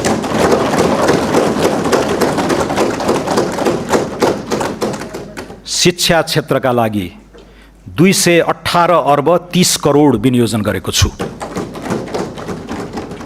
स्वास्थ्य, सबै नागरिकलाई गुणस्तरीय आधारभूत स्वास्थ्य सेवामा पहुँच तथा उपभोग सुनिश्चित गर्न स्वास्थ्य क्षेत्रमा 101 अर्ब 95 करोड विनियोजन गरेको छु। यसमध्ये स्वास्थ्य बिमा कार्यक्रममा 15 अर्ब बजेट विनियोजन गरेको छु। विपन्न नागरिक उपचार, आमा सुरक्षा कार्यक्रम, निशुल्क औषधि लगायत स्वास्थ्य सामाजिक सुरक्षाका कार्यक्रमका लागि रु 13 अर्ब 15 करोड विनियोजन गरेको छु। रोगको बदलिँदो प्रकृति र भार एवं लागत प्रभावकारिताका आधारमा आधारभूत स्वास्थ्य सेवाको प्याकेज परिमार्जन गर्नेछौँ।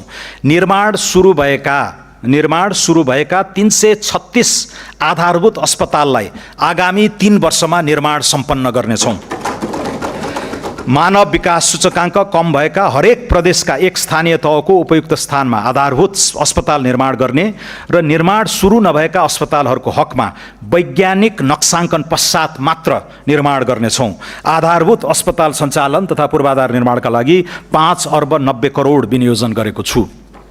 स्वास्थ्य संस्था तथा सेवाको गुणस्तर मापन, प्रमाणीकरण र प्रत्यायनका लागि राष्ट्रिय स्वास्थ्य प्रत्यायन प्राधिकरण स्थापना गर्नेछौँ। कर्णाली र सुदूरपश्चिम लगायतका दुर्गम क्षेत्रमा टेलिमेडिसिन सेवा विस्तार तथा भिडियो कन्सल्टेसन मार्फत विशेषज्ञ स्वास्थ्य सेवा सुनिश्चित गर्नेछौँ। सङ्घीय विशिष्टीकृत अस्पतालमा जलन उपचार युनिटको स्थापना गर्नेछौँ। जलनको सघन उपचारको लागि वीर अस्पताल र कीर्तिपुर अस्पतालको क्षमता विकास गर्नेछौँ। मध्य प्रदेशमा मृगौला रोग उपचार केन्द्र र ट्रमा सेन्टर निर्माण सुरु गर्नेछौँ।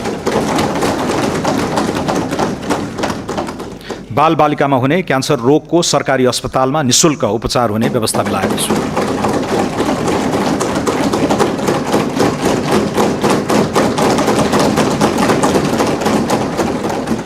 नागरिक स्तरबाट स्थापना भई अन्तर्राष्ट्रिय क्षेत्रमै ख्याति प्राप्त अनुकरणीय सर्वसुलभ स्वास्थ्य सेवा उपलब्ध गराउने स्वास्थ्य संस्थालाई प्रोत्साहित गर्नेछौँ।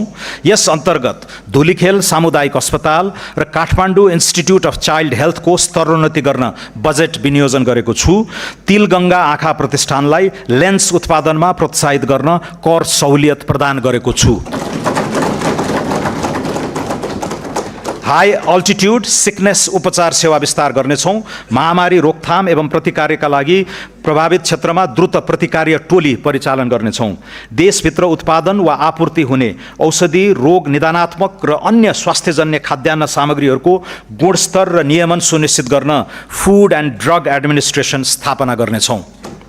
सम्पूर्ण स्वास्थ्य संस्थाहरूमा रियल टाइम अनुगमनका लागि एक नागरिक एक डिजिटल प्रोफाइल प्रणाली कार्यान्वयनमा ल्याउनेछौँ। सामुदायिक, सहकारी र निजी क्षेत्रको सहकार्यमा सबै स्वास्थ्य संस्थामा सुलभ फार्मेसी सञ्चालन गर्नेछौँ। राष्ट्रिय औषधि प्रयोगशालाको स्तरोन्नति गर्नेछौँ। बीपी कोइराला मेमोरियल क्यान्सर अस्पतालमा पीईटी स्क्यान, साइक्लोट्रोन मेसिन खरिद तथा जडान गर्न पुँजीगत अनुदानका लागि रु 32 करोड विनियोजन गरेको छु। राष्ट्रिय आयुर्वेद पञ्चकर्म तथा योग सेवा केन्द्र बुढानीलकण्ठ, राष्ट्रिय आयुर्वेद अनुसन्धान तथा तालिम केन्द्र कीर्तिपुर र पोखरा स्थित प्राकृतिक तथा वैकल्पिक चिकित्सा सहितको आयुर्वेद अस्पताल सञ्चालनमा ल्याई आयुर्वेद तथा वैकल्पिक चिकित्सा क्षेत्रलाई स्वास्थ्य पर्यटनसँग जोड्नेछौँ। मध्य प्रदेश स्थित नारायणी अस्पताल, गजेन्द्र नारायण सिंह अस्पताल र राम राजा प्रसाद सिंह स्वास्थ्य विज्ञान प्रतिष्ठानको पूर्वाधार विकास कार्य अघि बढाउनेछौँ। कर्णाली प्रदेशका दुर्गम स्थानहरूमा एयर एम्बुलेन्स सेवा सुरु गर्नेछौँ। नर्सिङ कर्मचारीको रात्रि ड्युटी भत्ता दोब्बर गरेको छु।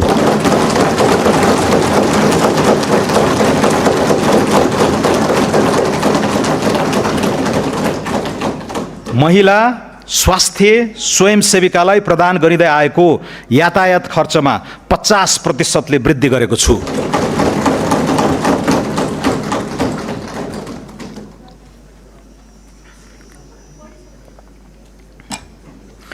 दलित समुदायको परम्परागत सिप संरक्षण, आय आर्जन, प्रविधि स्तरोन्नतिका क्रियाकलाप सहित एकीकृत रूपमा दलित केन्द्रित लगानी बढाउनेछौँ। देशैभरिका 5 वर्ष मुनिका दलित समुदायका बालबालिकाको पोषण सहायताका लागि रु 3 अर्ब विनियोजन गरेको छु। जेनजी आन्दोलनका शहीदको सम्मान गरिनुका साथै शहीद परिवारको लागि सम्मानजनक आर्थिक सहायता सुनिश्चित गरिसकिएको छ। आन्दोलनका घाइतेका लागि निशुल्क स्वास्थ्य उपचार, घाइतेको अवस्था अनुसार मासिक भत्ता र उद्यमशीलता विकासका कार्यक्रम सञ्चालन गर्नेछौँ। सरकारी कार्यालयले निर्माण गर्ने भौतिक संरचना, डिजिटल प्रविधि, वेबसाइट र सफ्टवेयरहरू सबै किसिमका अपाङ्गता भएका व्यक्तिले प्रयोग गर्न मिल्ने ढाँचामा विकास गर्दै लैजानेछौँ। सबै प्रदेशमा अपाङ्ग पुनर्स्थापना केन्द्र स्थापना गर्दै जानेछौँ। अटिजम भएका बालबालिकालाई लक्षित गरी पूर्वाधारयुक्त आवासीय नमुना विद्यालय सञ्चालन गर्नेछौँ। गिग वर्करलाई औपचारिक श्रम र सामाजिक सुरक्षाको दायरामा ल्याउनेछौँ। जीवन चक्रका विभिन्न चरणमा हुन सक्ने जोखिमबाट संरक्षण प्रदान गर्न सामाजिक सुरक्षातर्फ रु 120 अर्ब विनियोजन गरेको छु। लैङ्गिक हिंसा निवारण सम्बन्धी एकीकृत विधेयक तर्जुमा गर्नेछौँ। प्रदेश र स्थानीय सरकारसँगको सहकार्यमा सडक बालबालिका तथा ज्येष्ठ नागरिकको पारिवारिक पुनर्मिलन तथा सामाजिक पुनर्स्थापना गर्नेछौँ। नेपाललाई सडक बालबालिका मुक्त राष्ट्र घोषणा गर्नेछौँ। समतामूलक, सभ्य र सुसंस्कृत समाजको निर्माणका लागि छुवाछुत तथा भेदभाव विरुद्ध राष्ट्रिय अभियान सञ्चालन गर्नेछौँ। बाल श्रम, लैङ्गिक हिंसा, यौन दुर्व्यवहार, छाउपडी, महिनावारी विभेद, बाल विवाह जस्ता सामाजिक विकृतिको अन्त्यका लागि तिनै तहबाट सामाजिक रूपान्तरण अभियान सञ्चालन गर्नेछौँ। लैङ्गिक तथा यौनिक अल्पसङ्ख्यक समुदायको मर्यादित जीवनयापनका लागि सामाजिक अन्तर्घुलन कार्यक्रम सञ्चालन गर्नेछौँ। महिला उद्यमशीलता विकासका लागि स्थानीय तहमा जीविकोपार्जन सुधार कार्यक्रम सञ्चालन गर्नेछौँ। बाल सुधार गृहको पूर्वाधार तथा व्यवस्थापनका लागि रु 31 करोड विनियोजन गरेको छु। दुर्गम क्षेत्रका ज्यान जोखिममा रहेका गर्भवती तथा सुत्केरी महिला र नवजात शिशुको हवाई उद्धार गर्न रकम विनियोजन गरेको छु।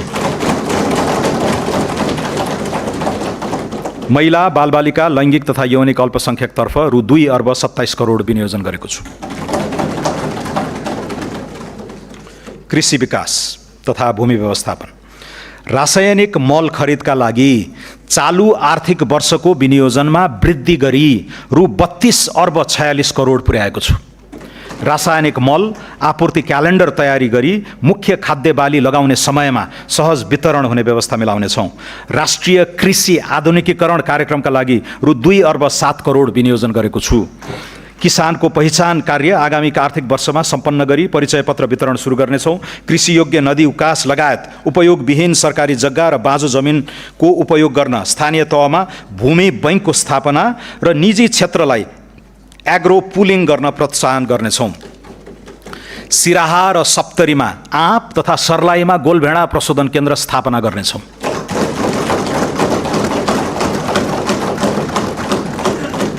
कर्णालीमा स्याउ, ओखर लगायतको फलफुलको जोन सञ्चालन गर्ने र चिस्यान केन्द्र स्थापना कार्य अगाडि बढाउनेछौँ। उपयोग नभएको खेतीयोग्य व्यक्तिगत जमिनलाई व्यावसायिक कृषि कम्पनीको सेयरमा परिणत गरी कृषि तथा पशुपालन फर्म सञ्चालन गर्न प्रोत्साहित गर्नेछौँ। प्राङ्गारिक मल र हरियो मल प्रवर्धन गर्न स्थानीय तहलाई सशर्त अनुदान हस्तान्तरण गर्न रु 36 करोड विनियोजन गरेको छु।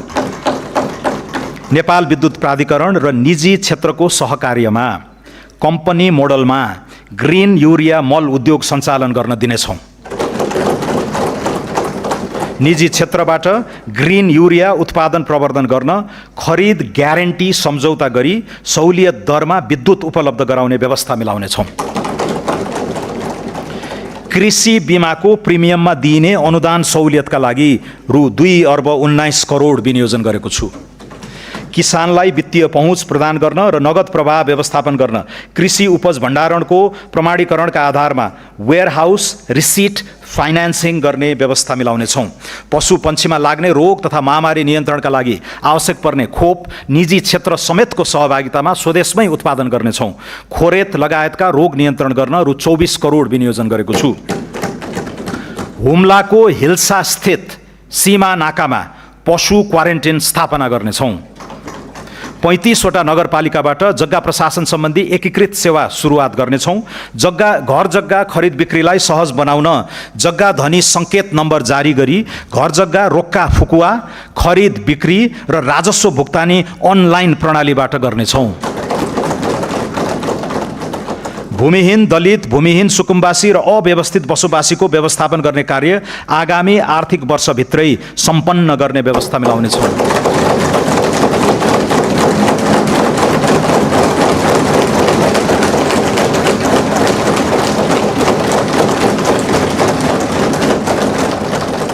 कृषि तथा पशुपन्छी विकासका लागि रु 46 अर्ब 92 करोड विनियोजन गरेको छु। वन, वातावरण तथा जलवायु अनुकूलन, चुरे तथा तराई मधेस क्षेत्रको जलचक्रलाई दिगो बनाउन पानीका स्रोत संरक्षण तथा पोखरी निर्माण, पहिरो नियन्त्रण, तटबन्ध निर्माण लगायतका क्रियाकलाप सञ्चालन गर्न करिब रु 1 अर्ब विनियोजन गरेको छु। जडीबुटी तथा गैर काष्ठ वन पैदावारको समर्थन मूल्य निर्धारण गरी खरिद गर्ने कार्य सुरुवात गर्नेछौँ। कर्णालीमा जडीबुटी प्रशोधन केन्द्र स्थापना गर्नेछौँ। कार्बन उत्सर्जन कटौती बापत प्राप्त लाभमा स्थानीय समुदायलाई प्राथमिकता दिई उत्सर्जन न्यूनीकरणका लागि नतिजामा आधारित रेड प्लस कार्यक्रम सञ्चालन गर्नेछौँ। अन्तर्राष्ट्रिय जलवायु कोषको सहुलियतपूर्ण पुँजीमा निजी क्षेत्रको पहुँच पुग्ने व्यवस्था गर्नेछौँ। डढेलो नियन्त्रणका लागि ड्रोन तथा स्याटेलाइटको उपयोग गरी रियल टाइम सूचना आदान प्रदान गर्नेछौँ। जोखिमयुक्त क्षेत्रमा मानव वन्यजन्तु सह अस्तित्व कार्यक्रम सञ्चालन गर्नेछौँ। प्रमुख सहरहरूमा वायु प्रदूषण मापन केन्द्र र केन्द्रीय वातावरण प्रयोगशालाको स्तरोन्नति गर्नेछौँ। वन, वातावरण तथा जलवायु क्षेत्रको लागि रु 12 अर्ब 31 करोड विनियोजन गरेको छु। संस्कृति तथा पर्यटन, ऐतिहासिक स्थलहरू तिलौराकोट, देवदह, कपिलवस्तु र रामग्रामको बृहत पूर्वाधार विकास गर्नेछौँ। बृहत लुम्बिनी विकास कार्यक्रमका लागि यो वर्ष 83 करोड विनियोजन गरेको छु। जनकपुरलाई विवाह गन्तव्यको रूपमा विकास र ब्रान्डिङ गर्नेछौँ। राम जानकी पथ र राम जानकी परिक्रमा सडक स्तरोन्नतिका लागि रकम छुट्याएको छु। पर्यटकीय दृष्टिले महत्त्वपूर्ण पहाडी क्षेत्रमा हिल स्टेशनको प्रवर्धन गर्न पूर्वाधार विकासमा जोड दिनेछौँ। हिमाल आरोही तथा पदयात्रीको सुरक्षा र आकस्मिक उद्धारको भरपर्दो व्यवस्था मिलाउनेछौँ। मुस्ताङ र मनाङ लगायत उच्च हिमाली जिल्लामा रहेका 200 वर्षभन्दा पुराना कम्तीमा पनि 2 दर्जन ऐतिहासिक बौद्ध गुम्बाहरूको संरक्षणका लागि विशेष परियोजना ल्याउनेछौँ। कपिलवस्तुको तिलौराकोट, धनुषाको जनकपुर धाम र काठमाडौँको गोकर्णेश्वरलाई विश्व सम्पदा सूचीमा समावेश गराउन कार्य अगाडि बढाउनेछौँ। खप्तड बडीमालिका शुक्लाफाटा, काँक्रे बिहार पञ्चकोशी रारा, ठाकुरद्वार स्वर्गद्वारी रुरु क्षेत्र, देवघाट मुक्तिनाथ तिलिचो, कालिन्चोक जुगल गोसाईकुण्ड, सखडा धनुषाधाम गढीमाई, हलेसी चतरा पाथिभरा प्रादेशिक पर्यटकीय कोरिडोरको प्रवर्धन गर्नेछौँ। ग्रेट हिमालयन ट्रेल लगायत अन्य पदमार्गलाई रणनीतिक पदमार्गका रूपमा विकास गर्नेछौँ। खप्तड, रामारोशन, बडीमालिका, बुढीनन्दा रारा, स्वर्गद्वारी, मुक्तिनाथलाई जोड्ने गरी उच्च पहाडी पर्या पर्यटन पदमार्ग डाँफे रुट को विकास गर्नेछौँ। अपी हिमाल, दोर्दी हिमाल, सिक्लेस कहुपुचे मनाङ, तिनजुरे पाथिभरा ट्रेकिङ रुट विकास गर्नेछौँ। साइकल ट्रेलका लागि उपयुक्त गण्डकी प्रदेशका मध्य पहाडमा परीक्षणका रूपमा कास्की, लिपेनी, थुम्सीकोट, भाचोक, लम्तरी, प्रिन्स चार्ल्स रुट हुँदै करापुसम्म र ब्यास, छाब्दी बाराही, बन्दीपुर, छिम्केश्वरी, लाब्दी, देवघाट रुट निर्माण गर्नेछौँ। आदिवासी जनजाति समुदायको संस्कृति संरक्षणका लागि कीर्तिपुर स्थित सङ्ग्रहालयको विस्तार गर्नेछौँ। दलित समुदायको परम्परागत मौलिक सिप, कला तथा पेसाको प्रवर्धन गर्न मधेस, कर्णाली र सुदूरपश्चिमका सघन दलित बस्तीलाई लक्षित गरी नमुना होमस्टे सञ्चालन गर्नेछौँ। 6000 मिटरभन्दा बढी उचाइ भएका र हालसम्म नामकरण नगरिएका हिमाललाई मौलिक नामकरण गरी आरोहणका लागि विशिष्ट बजारीकरण गर्नेछौँ। नागरिक उड्डयन, त्रिभुवन अन्तर्राष्ट्रिय विमानस्थलको स्तरोन्नतिका लागि रु 1,53 करोड विनियोजन गरेको छु। निजगढ अन्तर्राष्ट्रिय विमानस्थलको निर्माण मोडालिटी 6 महिनाभित्र यकिन गर्नेछौँ। गौतम बुद्ध र पोखरा क्षेत्रीय अन्तर्राष्ट्रिय विमानस्थल सञ्चालनको व्यवस्थापनमा निजी क्षेत्रसँग सहकार्य गर्नेछौँ। भरतपुर विमानस्थललाई विस्तार गरी रात्रिकालीन उडान सञ्चालन गर्नेछौँ। प्रदेश सरकारसँगको सहकार्यमा सुर्खेत विमानस्थल विस्तार गर्नेछौँ। मुगुको ताल्चा र दाङको टरी गाउँ विमानस्थल स्तरोन्नति गर्नेछौँ। संस्कृति तथा पर्यटन क्षेत्रका लागि रु 7 अर्ब 34 करोड र नागरिक उड्डयन क्षेत्रका लागि रु 2 अर्ब 93 करोड विनियोजन गरेको छु। श्रम तथा वैदेशिक रोजगार, रिभर्स प्रवासनलाई प्रोत्साहन गर्दै विप्रेषणलाई उपभोगबाट उत्पादनशील प्रयोजनमा रूपान्तरण गर्न विप्रेषण लगानी मिलान कोष सञ्चालन गर्नेछौँ। वैदेशिक रोजगारीबाट फर्किएकाको ज्ञान, सिप र दक्षताको सदुपयोग गर्न रिटर्नी माइग्रेन्ट कार्यक्रम कार्यान्वयन गर्नेछौँ। युवाहरूलाई विभिन्न विषयगत छोटो अवधिका र कार्यस्थलमा आधारित तालिम सञ्चालन गरी सिपयुक्त बनाउनेछौँ। वैदेशिक रोजगारीलाई थप सुरक्षित एवं मर्यादित बनाउन श्रम सम्झौताको पुनरावलोकन तथा नयाँ गन्तव्य मुलुकसँग थप सम्झौता गर्नेछौँ। विदेशमा अलपत्र परेका नेपाली नागरिकलाई उद्धार गर्न र मृत्यु भएका श्रमिकको शव सहज रूपमा स्वदेश ल्याउने प्रबन्ध मिलाउन आवश्यक बजेट विनियोजन गरेको छु। सिप सिकेर मात्र वैदेशिक रोजगारीमा जाने व्यवस्था मिलाउनेछौँ। बिना धितो ऋण र किस्ताबन्दीमा रोजगारदाताबाट भुक्तानीको व्यवस्था गरी वैदेशिक रोजगारीलाई मर्यादित, पारदर्शी र स्वचालित बनाउनेछौँ। वैदेशिक रोजगारीमा जाँदा शून्य लागतलाई प्रोत्साहन गर्दै सेवा शुल्कलाई श्रमिक मैत्री बनाउनेछौँ। औपचारिक च्यानलबाट भित्रिने रेमिटेन्सलाई थप प्रोत्साहित गर्न रेमिटेन्स आप्रवाहको हरेक रिसिटमा आधारित लटरी कार्यक्रम सञ्चालन गर्नेछौँ। अनौपचारिक क्षेत्रका श्रमिकको जीवनयापन र आधारभूत स्वास्थ्यलाई सहयोग पुग्ने गरी सहुलियत दरमा पौष्टिक खाना उपलब्ध गराउने गरी आवश्यक कार्यक्रम प्रारम्भ गर्नेछौँ। श्रम तथा रोजगार क्षेत्रमा रु 3 अर्ब 63 करोड विनियोजन गरेको छु। औद्योगिक विकास,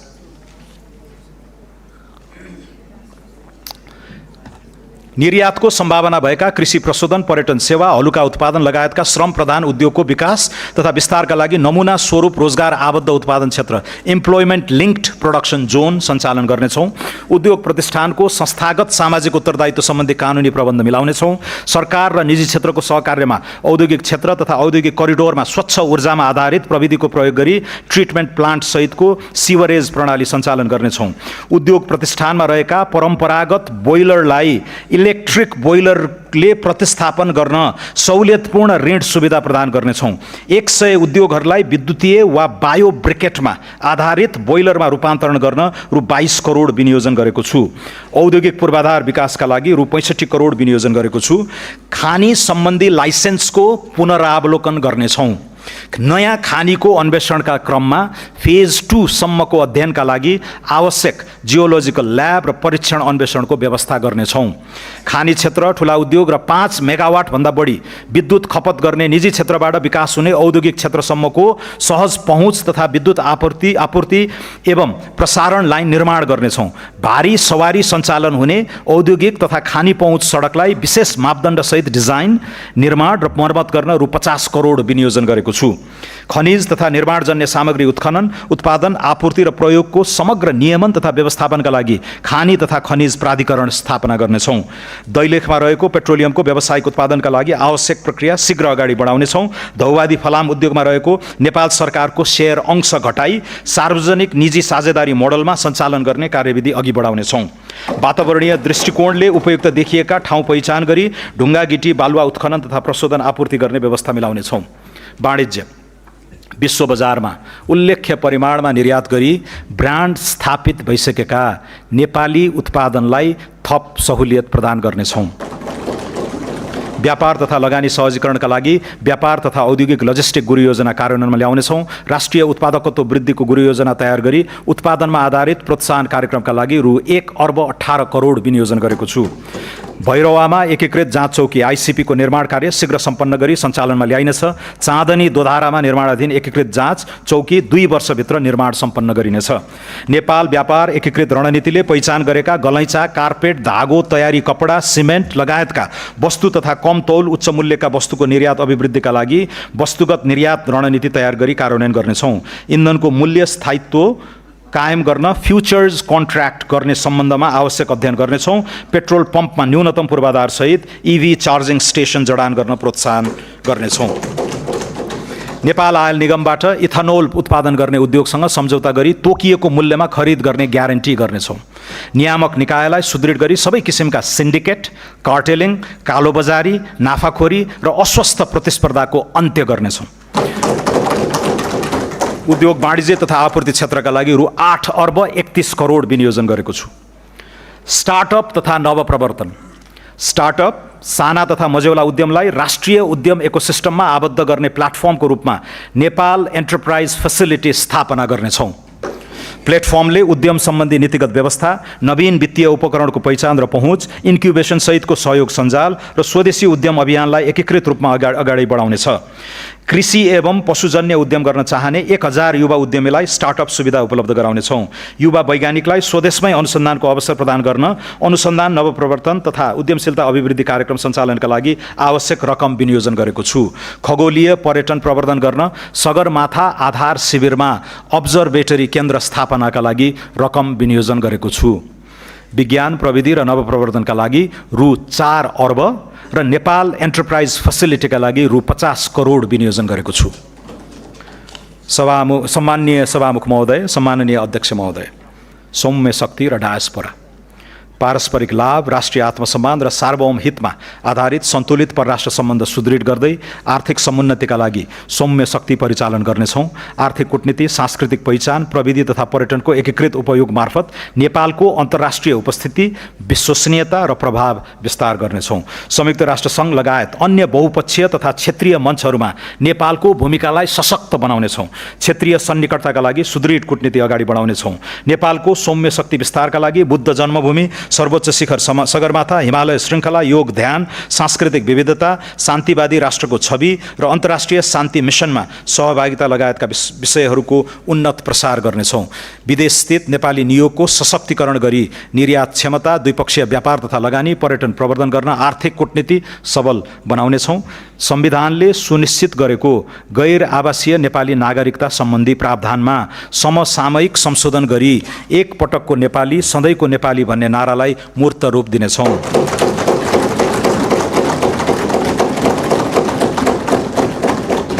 गैर आवासीय नेपालीलाई सबै किसिमका आर्थिक, सामाजिक तथा सांस्कृतिक अधिकार प्रदान गरी राष्ट्र निर्माणको मूल अभियानमा समावेश गर्नेछौँ। बैंकिङ क्षेत्र। बैंक तथा वित्तीय संस्था सम्बन्धी ऐन, बैंकिङ कसूर तथा सजाय ऐनमा समयानुकूल संशोधन गर्नेछौँ। विपन्न तथा साना किसानका लागि कर्जा तथा पशुधन कार्यक्रम साना किसान विकास लघुवित्त वित्तीय संस्था मार्फत सञ्चालन गर्न रकम विनियोजन गरेको छु।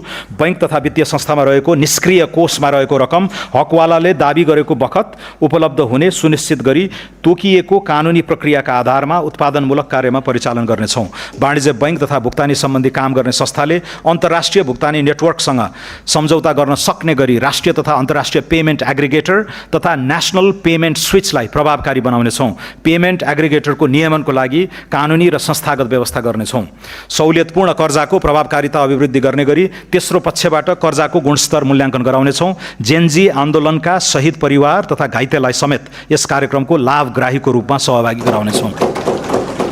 विद्युत खपत बढाउन र प्रदूषण नियन्त्रण गर्न घरायसी प्रयोजनको लागि washing machine, refrigerator, vacuum cleaner जस्ता विद्युतीय उपकरण समेत हायर पर्चेसमा खरिद बिक्री गर्न सकिने व्यवस्था मिलाउनेछौँ।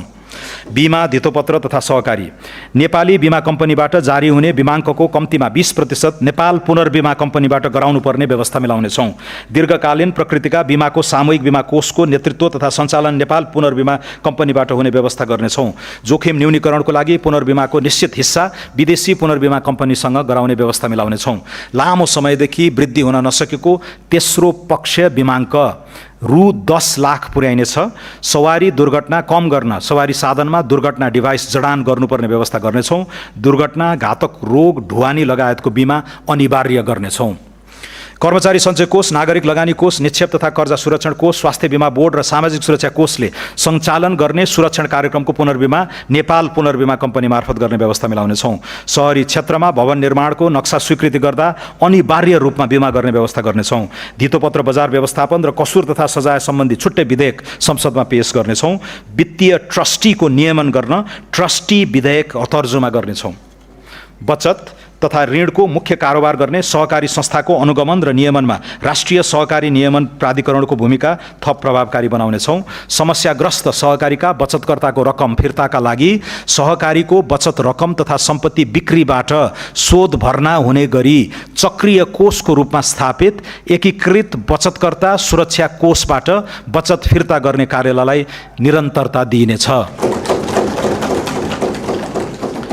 सुशासन, स्वार्थको द्वन्द्व सम्बन्धी कानुन तर्जुमा गरी नीतिगत भ्रष्टाचार अन्त्य गर्नेछौँ। कसुरजन्य सम्पत्तिको प्रभावकारी व्यवस्थापनका लागि सम्बद्ध निकायलाई एकीकृत सूचना पद्धतिमा आबद्ध गरी असुल उपर जफत प्राप्ति तथा व्यवस्थापनलाई थप प्रभावकारी बनाउनेछौँ। निजामती कर्मचारी अस्पतालबाट बहुविशिष्टीकृत सेवा विस्तार गर्न अत्यावश्यक उपकरण जडान र भौतिक संरचना निर्माण गर्नेछौँ। हेलो सरकार संयन्त्रलाई सरकार नागरिक संवादको प्लाटफर्मको रूपमा विकास गर्नेछौँ। सरकारी कार्यालयमा डिजिटल टाइम कार्ड लागू गर्नेछौँ। राष्ट्रिय परिचय पत्रलाई सार्वजनिक सेवा प्रवाहको आधारभूत परिचय पत्रको रूपमा प्रयोग गर्दै मालपोत, यातायात, राहदानी, व्यक्तिगत घटना दर्ता तथा सामाजिक सुरक्षा व्यवस्थापन जस्ता नागरिक सेवासँग सम्बद्ध प्रणालीको सुदृढीकरण गर्नेछौँ। बदलिँदो आर्थिक कूटनीतिलाई मध्यनजर गरी डेनमार्क, ब्राजिल र दक्षिण अफ्रिकामा रहेका नेपाली दूतावास र छङ्दू, सान फ्रान्सिस्को स्थित महावाणिज्य दूतावास तथा विशाखापट्टनममा रहेको दूतावासको शाखा खारेज गर्नेछौँ। संवैधानिक निकायहरूको कार्य सम्पादन सुदृढ गर्न साधन स्रोत सम्पन्न बनाइनेछ। पछिल्लो 4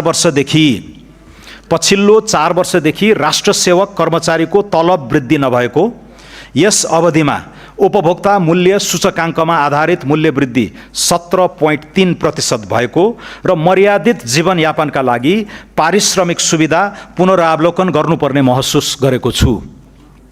कर्मचारीले हाल प्राप्त गरिरहेको महँगी भत्तालाई निरन्तरता दिँदै सुरु स्केलमा 10% तलब वृद्धि गरेको छु। कार्य सम्पादनमा आधारित पारिश्रमिक प्रणालीको सुरुवात गर्न नयाँ तलब मानको 10% मासिक प्रोत्साहन भत्ताको व्यवस्था गरेको छु। यसबाट हाल खाइपाई आएको पारिश्रमिकमा करिब 21% खुद वृद्धि भई ग्रेड सहित न्यूनतम पारिश्रमिक करिब रु 40,000 देखि रु 1 लाख माथि कायम हुनेछ।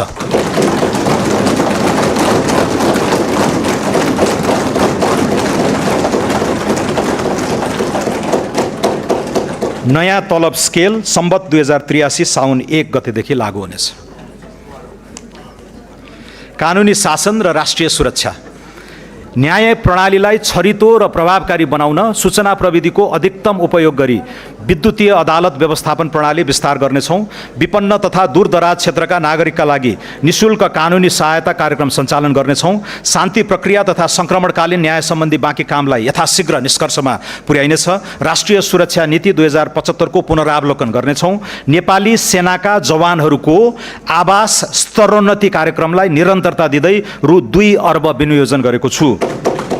ऐतिहासिक गढी र किल्ला संरक्षण गरी पर्यटनसँग आबद्ध गर्नेछौँ। नेपाल प्रहरीको अनुसन्धान र अभियोजन प्रक्रियालाई प्रभावकारी बनाउन प्रविधिको प्रयोगमा जोड दिनेछौँ। विधि विज्ञान प्रयोगशाला, अनुसन्धानमा कृत्रिम बुद्धिमत्ताको प्रयोग तथा भौतिक पूर्वाधार विकासमा लगानी वृद्धि गर्नेछौँ। नेपाल प्रहरी र सशस्त्र प्रहरीको अवकाशको सेवा अवधि र निवृत्त भरण सुरु हुने अवधिका बीचमा रहेको विद्यमान अन्तर पुनरावलोकन गर्ने विषयमा अध्ययन गर्नेछौँ। सशस्त्र प्रहरी बल नेपाललाई अन्तर्राष्ट्रिय सीमा सुरक्षाको डेडिकेटेड व्यावसायिक फोर्सको रूपमा विकास गर्नेछौँ। कारागारको सुदृढीकरण, क्षमता विस्तार तथा खुला कारागारको अवधारणा कार्यान्वयन गरी सुधार गृहका रूपमा रूपान्तरण गर्दै लगिनेछ। विपद प्रतिकार्यमा संलग्न जनशक्ति र स्वयंसेवकको क्षमता विकास गर्नेछौँ। विपद पश्चातको क्षतिपूर्ति, राहत र पुनर्निर्माणका लागि बिमा लगायतका जोखिम हस्तान्तरणका उपकरणहरूको विस्तार गर्नेछौँ। सङ्घ, प्रदेश र स्थानीय तहबीचको अधिकार, जिम्मेवारी र कार्य सम्पादनको दोहोरोपना हटाउन कार्य विस्तृतीकरणको पुनरावलोकन गर्नेछौँ। 3 तहबीच विद्यमान दोहोरो करको विवादलाई क्षेत्राधिकारको स्पष्टता र कानुनी सुधार मार्फत समाधान गर्नेछौँ। सङ्घीयता सुदृढीकरण र स्थानीय सेवा सुधारका लागि शासकीय नवप्रवर्तन चुनौती फन्ड स्थापना गर्नेछौँ।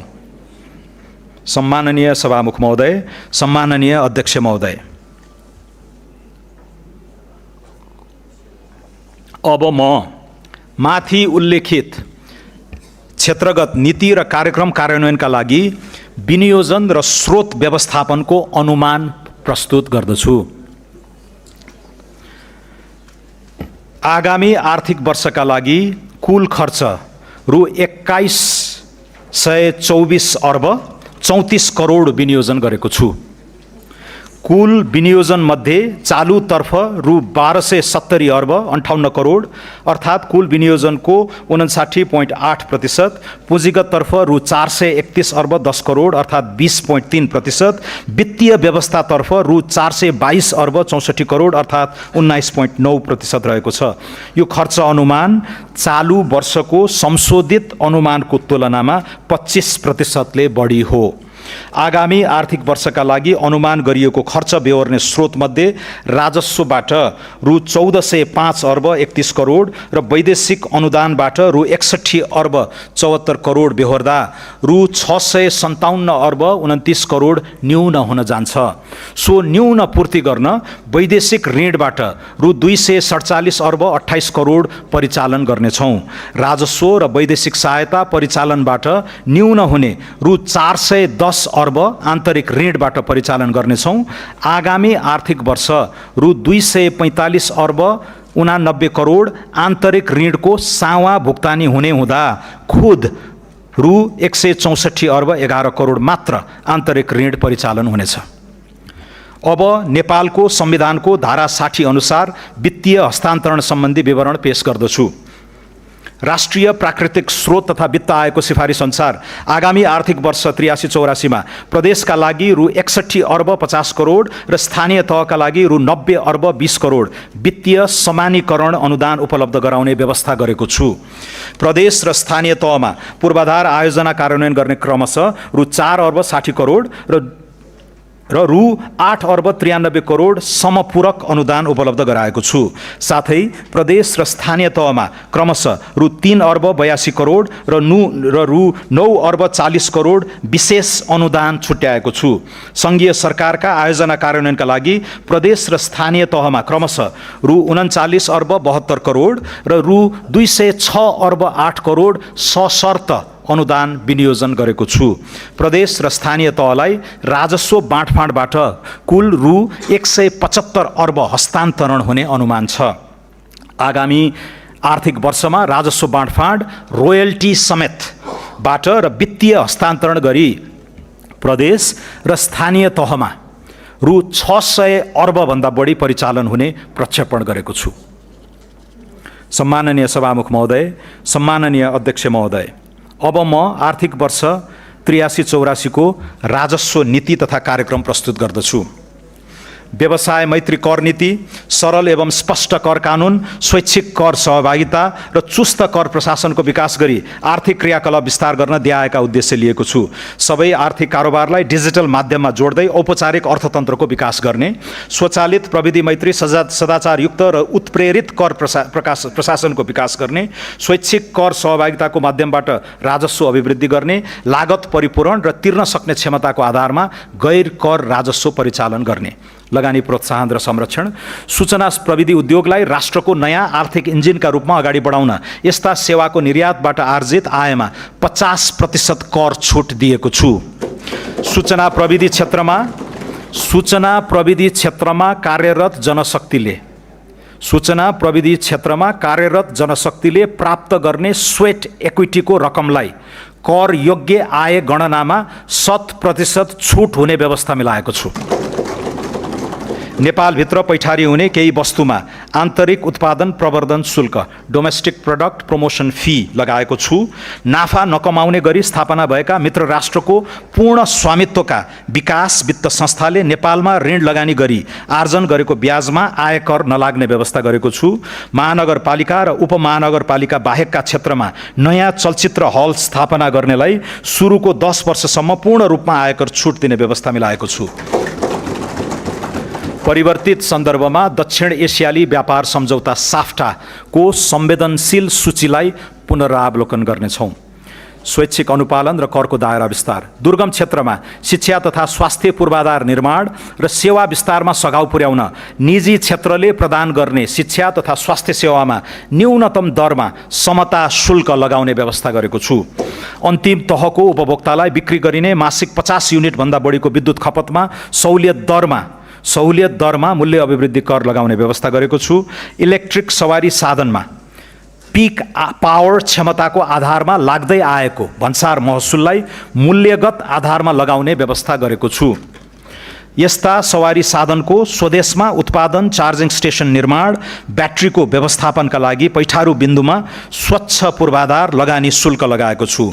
Clean infrastructure investment fee, Nepali ब्रान्डका मदिराको निकासी प्रवर्धन गर्न गुणस्तरीय स्पिरिट उत्पादन तथा म्याचुरेसन कार्यलाई प्रोत्साहित गरिनेछ। आगामी आर्थिक वर्षदेखि माइक्रो ब्रुअरीलाई समेत मदिरा उद्योगको रूपमा दर्ता गरी अन्तशुल्कको दायरामा ल्याउने व्यवस्था मिलाएको छु। सुरोटमा करिब 10% सम्म र मदिरा तथा बियरमा लाग्ने अन्तशुल्कमा वृद्धि गरेको छु।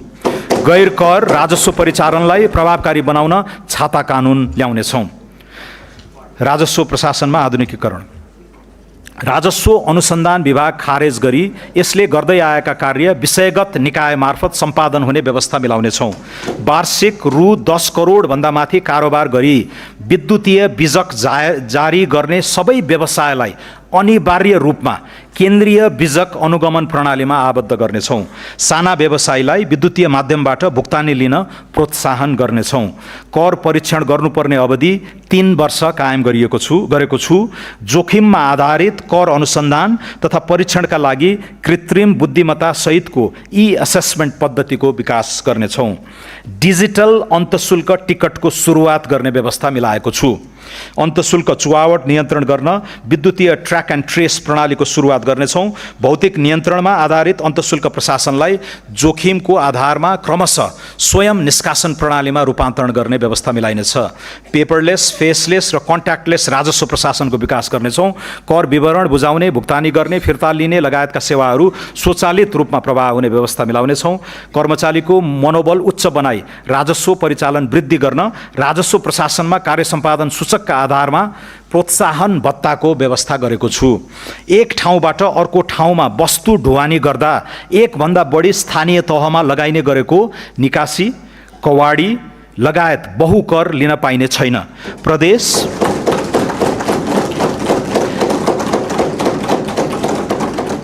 प्रदेश र स्थानीय तहका कर भुक्तानी गर्दा स्थायी लेखा नम्बर खुलाउनु पर्ने व्यवस्था गर्नेछौँ। असल व्यवसायीको सम्मान एवं व्यापार सहजीकरणको लागि अथोराइज्ड बिजनेस पर्सनको पहिचान सहित भन्सारमा ब्लू लेन मार्फत जाँच पास गर्ने व्यवस्था मिलाउनेछौँ। कारोबार मूल्यमा आधारित अनलाइन भन्सार जाँच पास प्रणालीलाई थप सुदृढ, पारदर्शी र यथार्थपरक बनाउनेछौँ।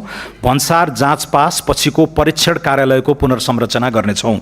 स्थल मार्गबाट नेपाल प्रवेश गर्ने पर्यटकको सहजीकरणका लागि सबै मूल भन्सार कार्यालयमा सवारी साधनको अस्थायी पैठारी घोषणा गर्ने र शुल्कको भुक्तानी अनलाइनबाट हुने व्यवस्था मिलाइसकेको छु।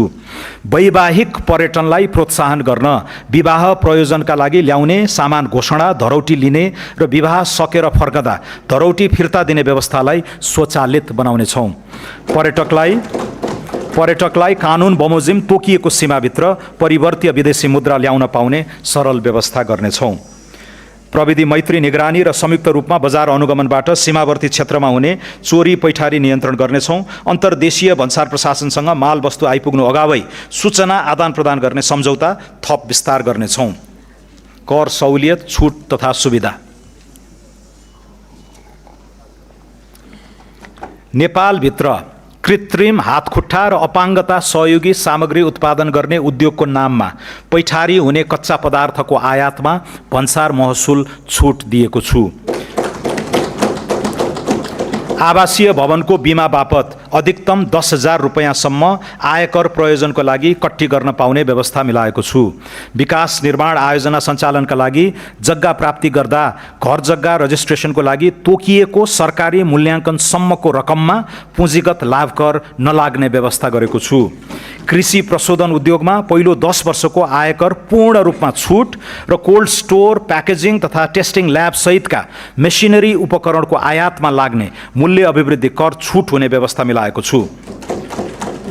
कर परिपालना गर्ने करदातालाई उच्च सम्मान, सुविधा र कार्यप्रणालीमा सरलीकरण गरिनेछ। सम्माननीय सभामुख महोदय, सम्माननीय अध्यक्ष महोदय, आर्थिक वर्ष 2081-82 को यथार्थ खर्च, चालू आर्थिक वर्ष 2082-83 को संशोधित अनुमान र आगामी आर्थिक वर्ष 2083-84 को स्रोत सहितको व्यय अनुमान यसै साथ पेश गरेको छु। अनुमानित आय व्ययको विवरण अनुसूचीमा उल्लेख गरेको छु। दात्री राष्ट्र र निकायबाट प्राप्त हुने प्राविधिक सहायता र अन्तर्राष्ट्रिय गैर सरकारी संस्थाबाट परिचालन हुने सहायता सम्बन्धी विवरण समेत यसै साथ पेश गरेको छु।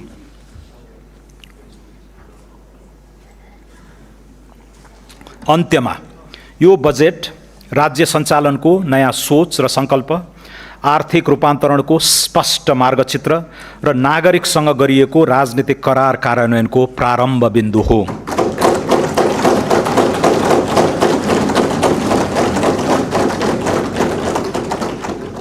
सुशासन, मध्यम वर्गको उदय, उत्पादनशील रोजगारी, प्रतिस्पर्धी अर्थतन्त्र र सम्मानपूर्ण जीवनको आधार निर्माण गर्ने लक्ष्यसहित प्रस्तुत यो बजेटले राज्यको भूमिकालाई नियन्त्रक र नियामक मात्र होइन, अवसरको सर्जक संस्थाका रूपमा पुनः परिभाषित गर्न खोजेको छ। यो बजेटले ऊर्जा, कृषि, वन, उद्योग, पर्यटन, सूचना प्रविधि र मानव पुँजीलाई आगामी दशकको आर्थिक समृद्धिका संवाहक क्षेत्रका रूपमा अघि बढाई अर्थतन्त्रमा संरचनात्मक सुधारको नयाँ चरण प्रारम्भ गरेको छ। यस बजेट मार्फत राजकाजमा थिति बसाल्ने, निजी क्षेत्रको आत्मविश्वास पुनःस्थापित गर्ने, सार्वजनिक सेवा प्रवाह संयन्त्रलाई प्रविधि अनुकूल र जवाफदेही बनाउने तथा उत्पादन, नवप्रवर्तन र उद्यमशीलतामा आधारित नयाँ आर्थिक सूचक्र प्रारम्भ गर्ने आधार तयार गरिएको छ। कर प्रणालीलाई सरल, न्यायोचित र उत्पादनमुखी बनाइएको छ। सार्वजनिक खर्चलाई मितव्ययी र परिणाममुखी बनाइएको छ। सुधार र रूपान्तरणका यी कार्यक्रमहरूको प्रभाव स्वरूप आगामी आर्थिक वर्षमा 7% आर्थिक वृद्धि हासिल हुने तथा मूल्य वृद्धि दर 6% भित्र सीमित रहने विश्वास लिएको छु। बजेटमा घोषणा गरिएका नीतिगत सुधार र कार्यक्रम कार्यान्वयनमा सघाउ पुग्ने गरी नेपाल राष्ट्र बैंकबाट मौद्रिक नीति जारी हुनेछ। सुशासन, सदाचार र समन्यायिक समृद्धिमा केन्द्रित यिनै कार्यक्रमहरूको इमान्दारीपूर्ण कार्यान्वयनबाट नै नेपाललाई आगामी 5 वर्षभित्र सुशासित, समुन्नत र स्वाभिमानी राष्ट्रमा रूपान्तरित गर्दै 16औं योजना र दिगो विकासका अधिकांश लक्ष्यहरू हासिल हुने विश्वास लिएको छु। बजेट तर्जुमा गर्दा मार्गदर्शन गर्नुहुने सम्माननीय राष्ट्रपति, सम्माननीय प्रधानमन्त्री, सम्माननीय सभामुख, सम्माननीय अध्यक्ष र राजनीतिक दलका नेतृत्वप्रति हार्दिक कृतज्ञता व्यक्त गर्दछु। बजेट निर्माणका क्रममा रचनात्मक सुझाव, तथ्यपरक विश्लेषण र सहकार्यात्मक सहयोग प्रदान गर्नुहुने माननीय सांसदहरू, निजी क्षेत्र, श्रमिक, किसान, युवा, विकास साझेदार, राष्ट्रसेवक कर्मचारी, विज्ञ समुदाय, सञ्चार जगत तथा सम्पूर्ण नेपाली दाजुभाइ तथा दिदीबहिनीप्रति हार्दिक आभार व्यक्त गर्दछु। राष्ट्र निर्माण सरकारको मात्र दायित्व होइन, यो राज्य, निजी क्षेत्र र नागरिक समाजबीचको समान सङ्कल्प, सामूहिक अठोट, साझा प्रयत्न र समष्टि अभियान हो भन्ने विश्वास लिएको छु। बजेट केवल आङ्किक विवरणको प्राविधिक प्रस्तुति होइन, न त यो अर्थ राजनीतिक दस्तावेज मात्रै पनि हो। यो त जनताले दिलैदेखि पत्याएर अनि भित्रैबाट भरोसा राखेर शासकीय जिम्मेवारी सुम्पेको सरकारले मुलुकलाई सुधार्न र सपार्न बनाउने विकासको बाटोको भरपर्दो नक्सा हो। यो दस्तावेज नागरिकको मनसँग जोडिन सकेन भने यसका अक्षर र अङ्क जतिसुकै सही भए पनि ती निर्जीव रहन्छन्। नागरिकहरूको सद्भाव, समर्थन र सहयोग सरकारको अविनाशी पुँजी हो, जसको बचाउ र बढोत्तरी गर्नेतर्फ यो सरकार सदा कृत सङ्कल्पित रहनेछ। प्रस्तुत बजेटले अगुवाई गर्न लागेको राष्ट्र निर्माणको यात्रामा सबै राजनीतिक दल, निजी क्षेत्र, श्रमिक, किसान, युवा, उद्यमी, प्रवासी नेपाली तथा सम्पूर्ण नागरिकलाई शिष्ट संवाद, सहकार्य, सार्थक सहभागिता र राष्ट्रिय एकताको साझा भावनासहित साथ दिन हार्दिक अपिल गर्दछु। धन्यवाद।